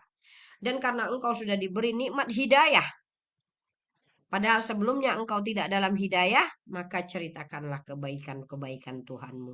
Wa amma bi ni'mati rabbika fahadits. Jadi menyambung nggak ini ayat yang 3 ayat yang terakhir menyambung dengan 3 ayat yang tengah. Dan 3 ayat yang tengah menyambung dengan nih ayat yang awal. Walal akhiratu khairul laka minal ula. Dan ayat walal akhiratu khairul laka minal ula nyambung nggak dengan mawadda'aka rabbuka wa maqala. Wahai Rasulullah, engkau sekarang dalam kegelapan malam karena tidak turun wahyu. Ingat, yang gelap malam ini akan datang duha. Duha lebih baik dari malam. Nah, ya, jadi seperti itu. Jadi kalau kita lihat ternyata surat Ad-Duha ini semuanya adalah satu kesatuan. Yang 3 di akhir menyambung di 3. Jadi 3 perintah menyambung kepada 3 dalil. 3 dalil menyambung kepada 3 janji. Nah, itu yang kita katakan ya. Jadi ada kaitannya. Oke, mungkin ini saja yang boleh kita sampaikan karena memang kita tinggal ini ya. Nah, ada satu lagi mungkin ini. Yukti nih, yuktika. Tapi ini agak rumit dikit ya. Yukti, ata, yukti sama ata. Nih lihat yang terakhir. Nih lihat. Ya, kadang Ustazah menjelaskan, kadang enggak gini. Jadi dalam bahasa Arab kalimat pemberian itu enggak hanya a'toinaka, boleh juga atainaka. Ya. Inna a'tainakal kausar wala saufa yu'tika rabbuka fatardah. Jadi kalau sudah kalimat a'ta yu'ti itu artinya pemberian. Kemudian sini lihat di sini. Atainaka itu pemberian juga. Kami datangkan, kami berikan. Apa beda atainaka dengan a'tainaka? Kalau atainaka pemberiannya itu berbentuk materi dan imateri. Coba lihat di sini. Kalimat tu'ti, ata tu'ti. Walaqad ataina Musa tis'a ayatin. Kami telah datangkan kepada Musa atau kami berikan ke Musa 9 ayat. 9 ayat ini kan bukannya materi kan, imateri. Tu'til mulka man tasya. Kami beri kekuasaan kepada yang dia kehendaki. Berarti kekuasaan juga bentuknya bukan materi tapi imateri. Seberapa besar kekuasaan itu? Ya, mulkan azima. Jadi semua ini berbentuk materi dan non materi ya, bisa dua lah, bisa dua. Ada yang berbentuk materi, ada yang berbentuk non materi. Kalau misalnya tadi 9 ayat itu imateri. Kalau mulka mungkin bolehlah kita katakan materi karena dilihat ya kekuasaan itu. Oke. Sementara a'toinaka dia tidak berhubungan dengan imateri tapi berhubungan dengan materi. Jadi kalau Rasulullah itu diberikan yang berhubungan dengan materi telaga Kautsar. Telaga Kautsar yang kalau minum tidak akan kehausan selamanya. Nah, apa bedanya? Kenapa Allah menggunakan a'toinaka, yu'tika, bukan atainaka? Walasaufa yu'tika. Kenapa Allah tak menggunakan walasaufa atainaka? Nah, ini ada penjelasannya. Pertama, ata itu kalau dipakai dia bisa ditarik kembali. Kayak korun itu ya. Korun kan diberi kekayaan, kemudian dibenamkan di bumi. Kalimat ata, pemberian yang diberikan, tapi bisa ditarik kembali. Tapi kalimat a'ta, yu'ti nggak akan dikembali, nggak akan ditarik balik. Maka ketika Allah mengatakan inna a'tainakal kautsar, maka pemberian itu sampai akhir dan Rasulullah tidak akan diambil kembali. Tapi kalau ataina bisa dikembalikan, bisa ditarik kembali ya. Jadi kekuasaan lihat menggunakan kalimat tu'ti. Kadang Allah beri, kadang Allah balikan, tarik kembali. Kekayaan ataina bisa diberi, bisa diambil kembali. Ya, kekuasaan, kekayaan, harta bisa diberi, bisa ditarik kembali. Tapi kalau kalimat atau khusus Rasulullah, pemberian yang tidak ditarik kembali. Maka telaga Al-Kautsar milik Rasulullah sampai akhir.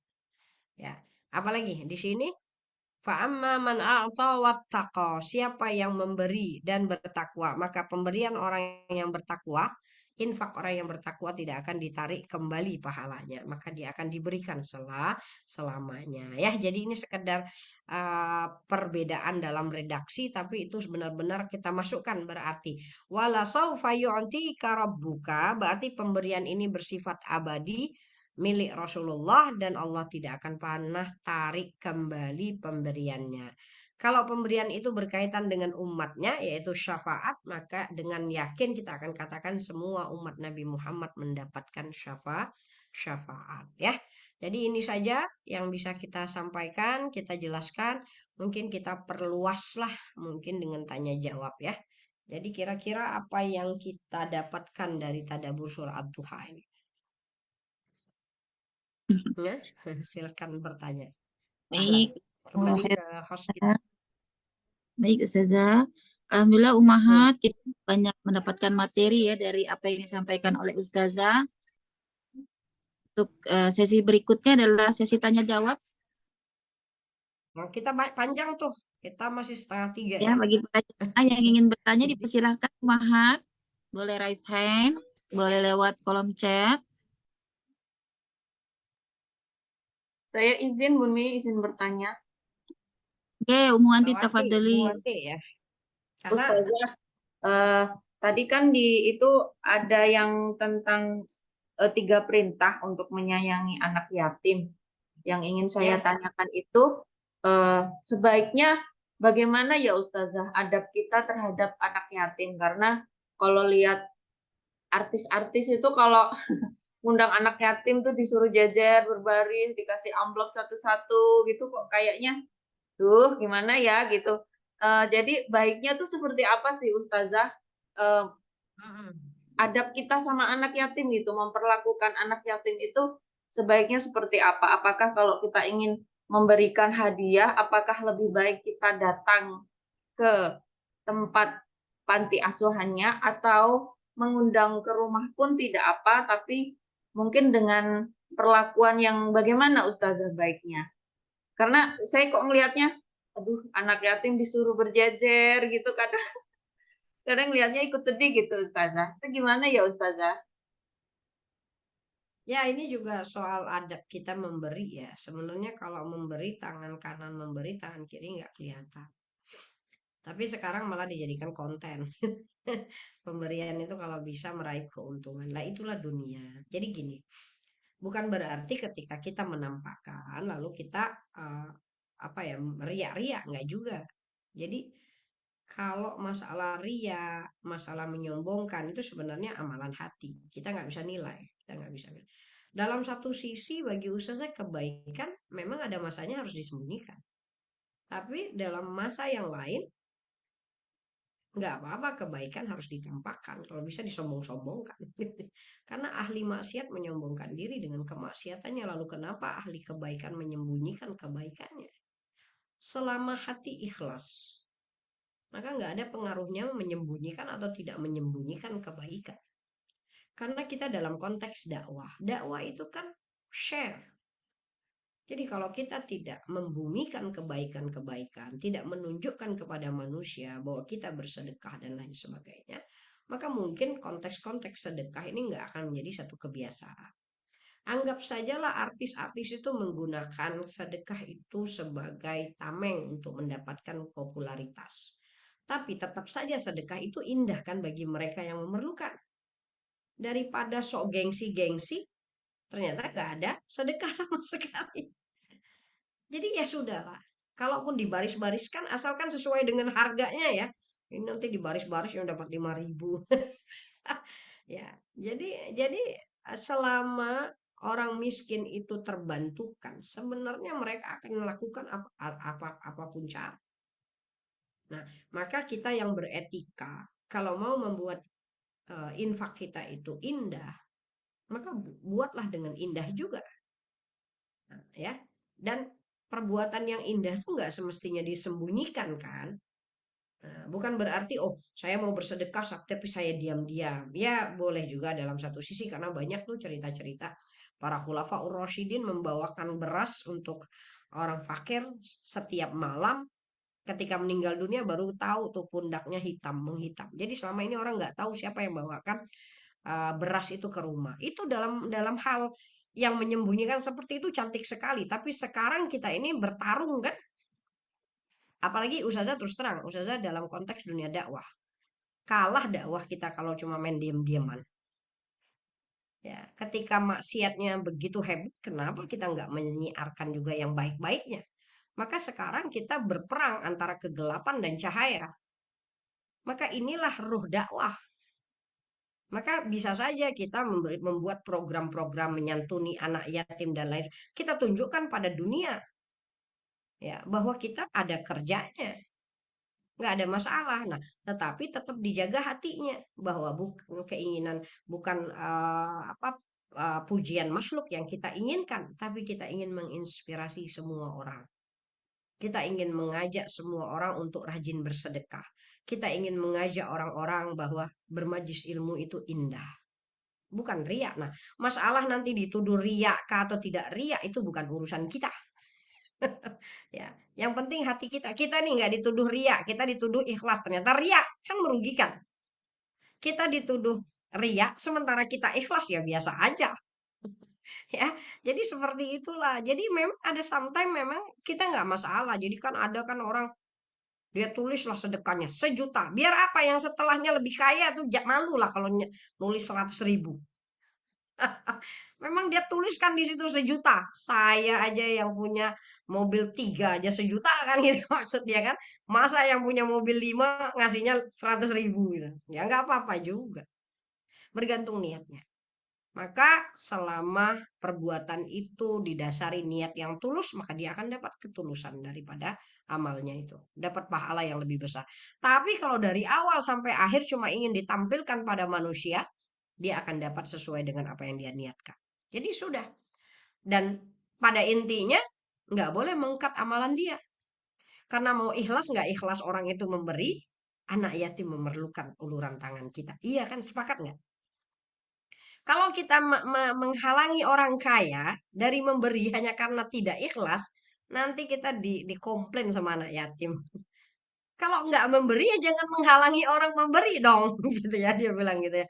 Alasan untuk tidak riak, tapi karena dia tadi katanya kalau saya nggak gini ya sudahlah, mending saya nggak memberi, itu merugikan. Maka apapun caranya, sebenarnya pemberian tetap indah. Mau diberi dengan ria, mau diberi tidak dengan ria, mau diberi dengan ini. Makanya misalnya kita katakan misalnya nih dalam masa pemilu nih kan, kalau ada orang yang ngasih, ambil aja, orang itu sebenarnya milik kita dari awal sampai akhir kok.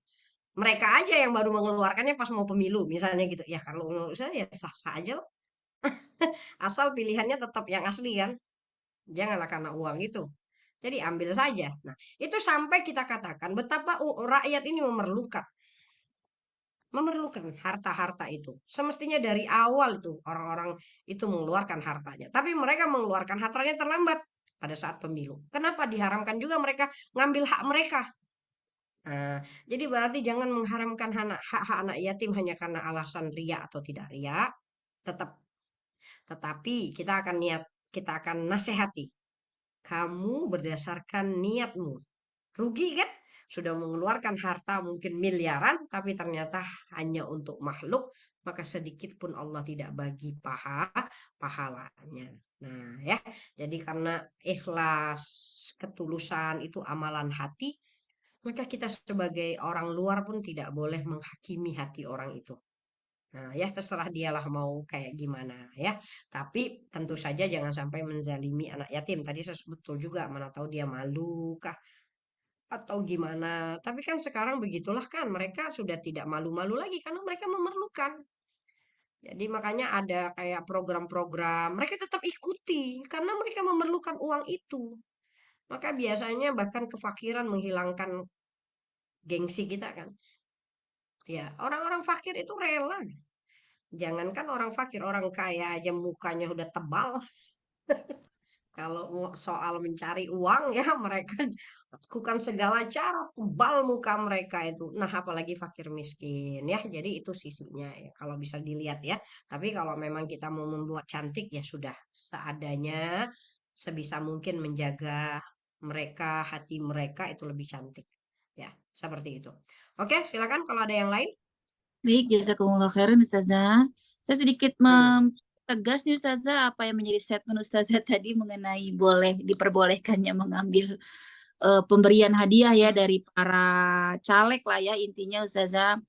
Ini juga Hmm. beberapa kali ini ditanyakan nih Ustazah di beberapa kajian dan jawaban Ustadz tuh rata-rata Hmm. memang itu bagian dari uang suap tuh Ustazah. Jadi riswah. Hmm.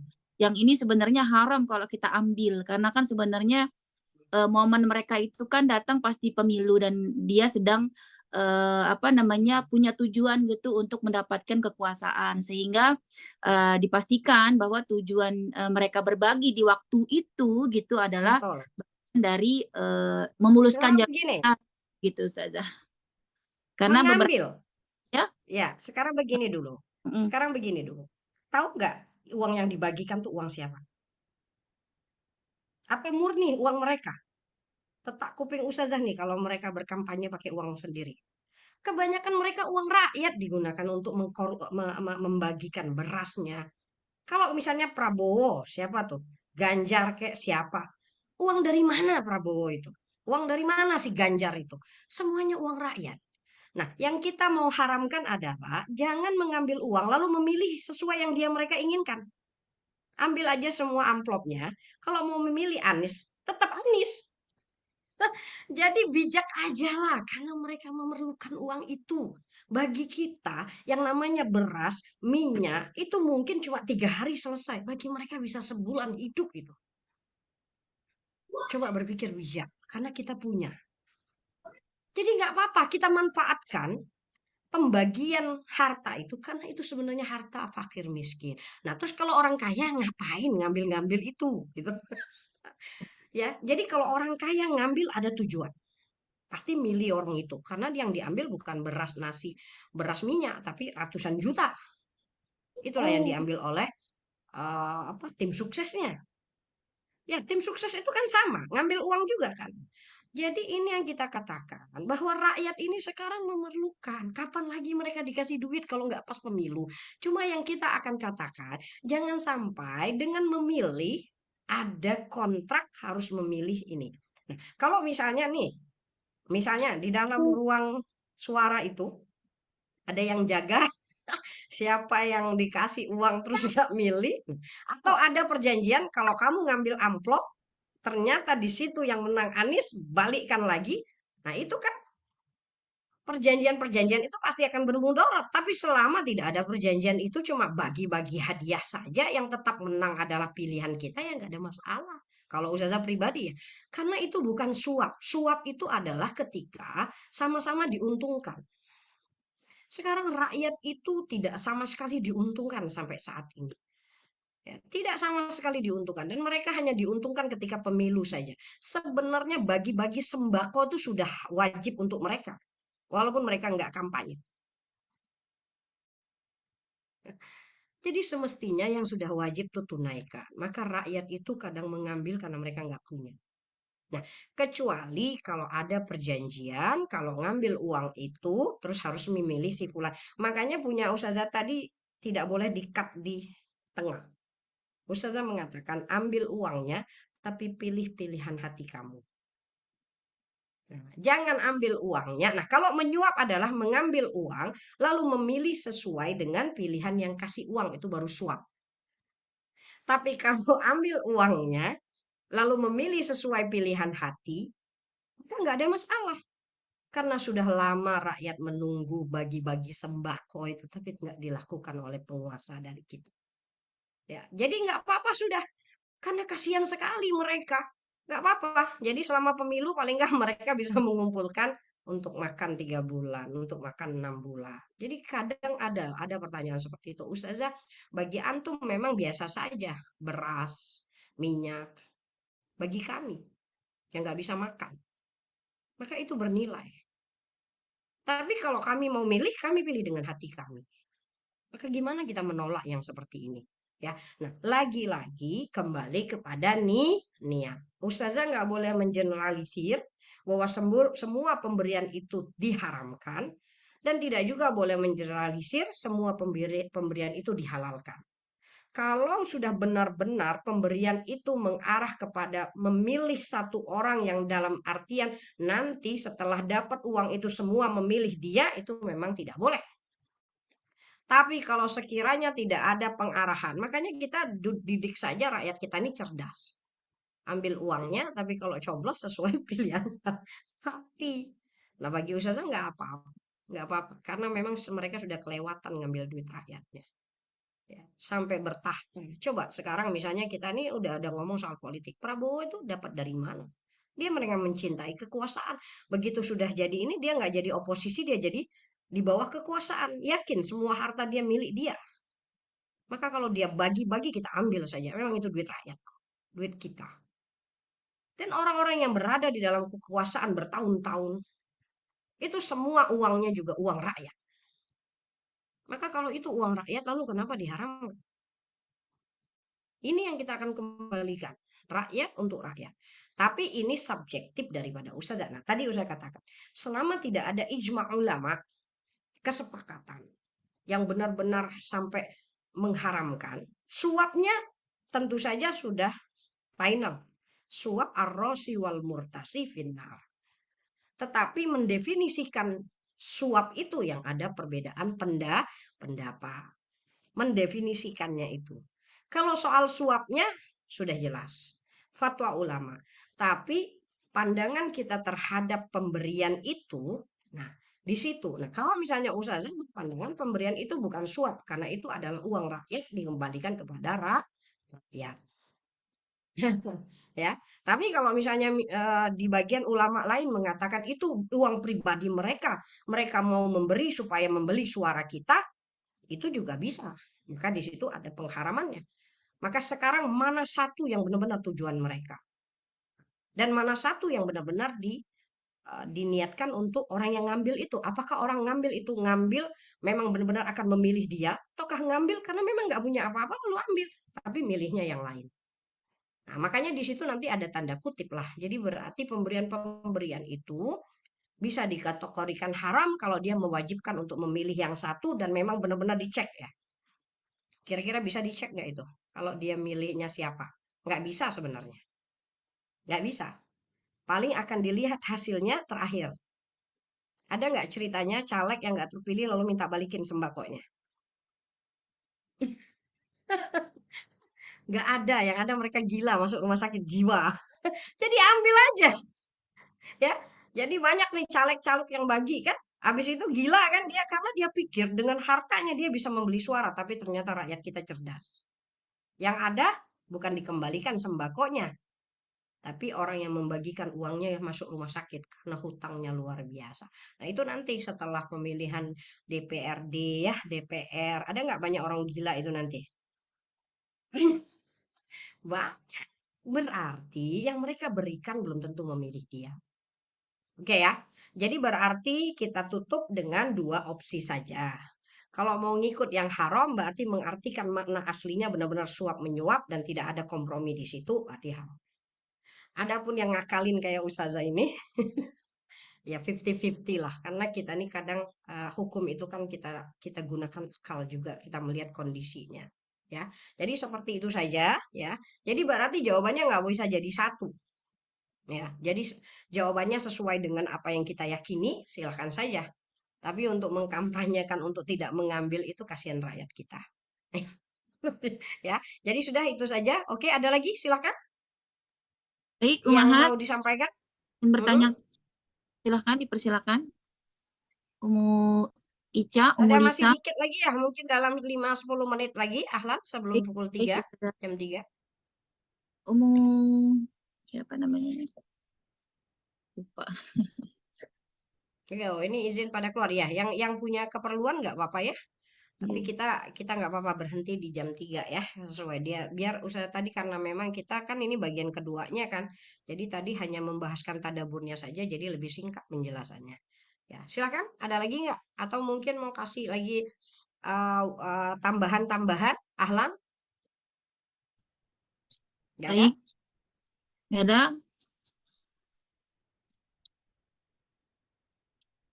Mungkin cukup Ustazah. Oke. Kalau cukup, kita ini ya, tutup ya. Baik, Ustazah. Kajian kita. Kita tutup Mungkin dengan sebelum doa menutup, kah? iya, Atau boleh ada Ustazah. kalimat-kalimat, silakan kalau ada kalimat-kalimat, ada pengumuman atau apa silakan karena kita masih ada waktu nih 10 menit. Biasa kita jarang ada Iya, waktu ya. benar. Ya silakan saja. Biasanya Atau ada kesimpulan-kesimpulan silakan. Ya, disimpulkan.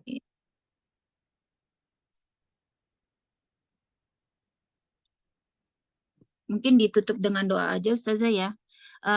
Mungkin ada beberapa di antara kita apa namanya sakit ya. Umu Ica tempo hari beliau juga anaknya juga sempat sakit juga tempo hari. Ya. Siapa lagi ya yang minta didoakan? Ya untuk Oke, untuk keseluruhan yang sakit jemaah, ya. mohon doa juga Mm-mm. Ustazah semoga niat saya sekeluarga ke Baitullah di 2024 ini Allah kasih mudah Ustazah. Amin ya. Ya, ada Baik, lagi? Ada lagi ya hajat-hajat yang lain? Oke, nanti kita secara umum saja ya. iya Oke, kita Ustazah. apa? Kita niatkan dulu Mohon, di dalam mohon doa hati ini untuk untuk Dokter Ria semoga dipermudah memperoleh keturunan. Umu Lydia Ustazah. Hmm, Umu Rika yang terus punya ada lagi? yatim dua Ustazah. Umu Rika yang punya yatim dua. Umu Reni mudah-mudahan dapat jodoh lagi. Oh, Umu Asmah Yunia juga Ustazah mudah-mudahan diberikan kemudahan dalam setiap perjuangan hidupnya, ada beberapa hajat yang beliau sampaikan tempo hari mungkin, tapi belum bisa saya sampaikan di sini. Mohon doanya juga untuk beliau, juga Dokter Indri Ustazah, tempo hari sempat masuk rumah sakit Ustazah karena sakit operasi Ustazah. Ususnya lengket karena pernah operasi rahim, sehingga itu menjadi bermasalah di ususnya Ustazah. Mungkin itu Ustazah. Oke ya. Oke, sebelum kita baca doa, kita niatkan dulu ya. Siapapun di antara kita yang diuji oleh Allah saat ini dengan sakit, dengan penyakit ya. Semoga Allah sembuhkan penyakitnya. Allah angkat penyakitnya. Allah berikan yang terbaik dalam proses kesembuhannya. Dan kita juga doakan untuk keluarga yang menjaga, semoga diberikan ketabahan, kesabaran, keyakinan ya akan kesembuhan ya dan ketidakputusasaan. Ya. Kemudian siapapun yang mempunyai hajat di antara kita, tadi ingin memiliki keturunan, ingin dimudahkan segala urusan, ada juga hajat tadi ingin pergi haji dan lain sebagainya. Kita doakan juga semoga hajat-hajat kita ditunaikan Allah. Semua keinginan-keinginan kita direalisasikan Allah. Selama itu adalah kebaikan untuk kita. Ya, siapapun di antara kita yang diuji oleh Allah dengan masalah rizki, semoga Allah luaskan rizkinya. Ada yang berhutang, Allah lunasi hutangnya. Ada masalah dengan rumah tangganya, suami, istri, anak-anak, ya semoga Allah selesaikan masalahnya. Allah berikan jalan keluar yang terbaik. Dan juga terakhir kita tetap juga doakan untuk saudara-saudara kita di sana di Palestina, dan kita doakan juga untuk negara kita ya, diberikan oleh Allah yang terbaik, pemimpin yang taat kepada Allah, yang beriman kepada Allah ya. Kemudian juga kita doakan secara umum semoga semua dari kita, keluarga kita, orang-orang terdekat di hati kita, orang-orang mukmin ya, semuanya dijauhkan dari bala, musibah, cobaan ya atau keburukan-keburukan. Ala hadin niyah wa ila hadratin Nabi Mustafa sallallahu alaihi wasallam. Al-Fatihah. A'udzu billahi minasyaitonir rajim. Bismillahirrahmanirrahim. Alhamdulillahi rabbil alamin. Ar-Rahmanir Rahim. Maliki yaumiddin. Iyyaka na'budu wa iyyaka nasta'in. Ihdinas siratal mustaqim. Siratal ladzina an'amta 'alaihim ghairil maghdubi 'alaihim waladdallin. Amin. Nastaghfirullahaladzim, nastaghfirullahaladzim, nastaghfirullahaladzim, nastaghfirullahaladzim. A'udzu billahi minasyaitonir rajim. Bismillahirrahmanirrahim. Hamdan syakirin, hamdan na'imin, hamdan yuafi ni'amahu wa yukafi mazidah. Ya Rabbana lakal hamdu kama yanbaghi li jalali wajhikal karim wa 'azimi sultanik. Allahumma salli ala sayyidina Muhammad wa ala ali sayyidina Muhammad wa sallim radhiyallahu ta'ala ala kulli sahabati Rasulillahi ajma'in. Walhamdulillahi rabbil alamin. Allahumma aslih zata bainina wa alif baina qulubina wahdina subulas salam wa najjina minaz zulumati ilan nur wa jannibna al fawahisha ma dhahara minha wa ma batan. Allahumma barik lana fi asma'ina wa absarina wa qulubina wa azwajina wa zurriyatina innaka antas sami'ul alim waj'alna syakirina li ni'matika musnina biha qabilina wa atimma alaina. Allahumma inna nas'aluka salamatan fid din wa afiatan fil jasad wa ziyadatan fil ilm wa barakatan fil rizq wa taubatan qablal maut wa rahmatan indal maut wa maghfiratan ba'dal maut. Hawin alaina fi sakaratil maut wan najata minan nar wal afwa indal hisab. Rabbana zalamna anfusana wa illam taghfir lana wa tarhamna lanakunanna minal khasirin.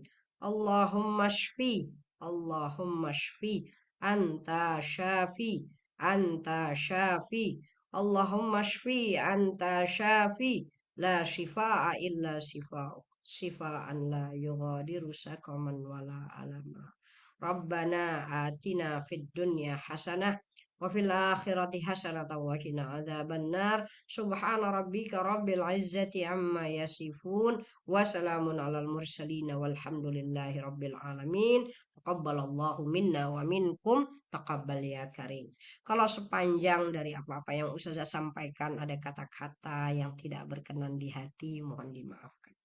Kalau ada ayat-ayat Al-Quran yang disampaikan silap terbaca, ataupun hadis-hadis baginda Nabi juga silap dibacakan, Ustazah minta maaf. Ini kelemahan Ustazah. Ya, kalau ada jawaban-jawaban pertanyaan juga tidak berkenan di hati, inilah kita manusia, tidak akan bisa memuaskan semua hati dalam menjawab, maka tolong dimaafkan. Kepada Allah Ustazah mohon ampun. Akhirul kalam. Assalamualaikum warahmatullahi wabarakatuh. Semoga berkah waktunya ya, Waalaikumsalam insyaallah. warahmatullahi Terima kasih sudah wabarakatuh. mendengarkan begitu panjangnya. Baik, Kembalikan ke host kita, silakan. jazakallahu khairan Ustazah. Tidak terasa waktu menunjukkan pukul 14.58. Waktunya kita mengakhiri sesi kita hari ini. Jazakumullah khairan katsira Ustazah atas semua materi yang disampaikan, jawaban yang pertanyaan yang dijawab. Juga semoga Allah mengalirkan pahala tiada henti untuk Ustazah. Keberkahan ini membawa kebaikan untuk anak cucu Ustazah kelak. Nah, semoga Allah mengabulkan segala hajat semua. Doa-doa yang beliau panjatkan Allah kabulkan, dan segala kebaikan tercurah untuk Ustazah dan ummahat semua. Jazakumullah khairan Ustazah juga ummahat atas upayanya ya. Siang hari ini kita mungkin dalam keadaan yang menahan kantuk begitu ya. Ada yang juga berpuasa, sehingga luar biasa. Saya juga hari ini dari tadi on off camera, mohon maaf Ustazah karena beberapa hal begitu ya, saya lagi kepalanya agak pusing sedikit.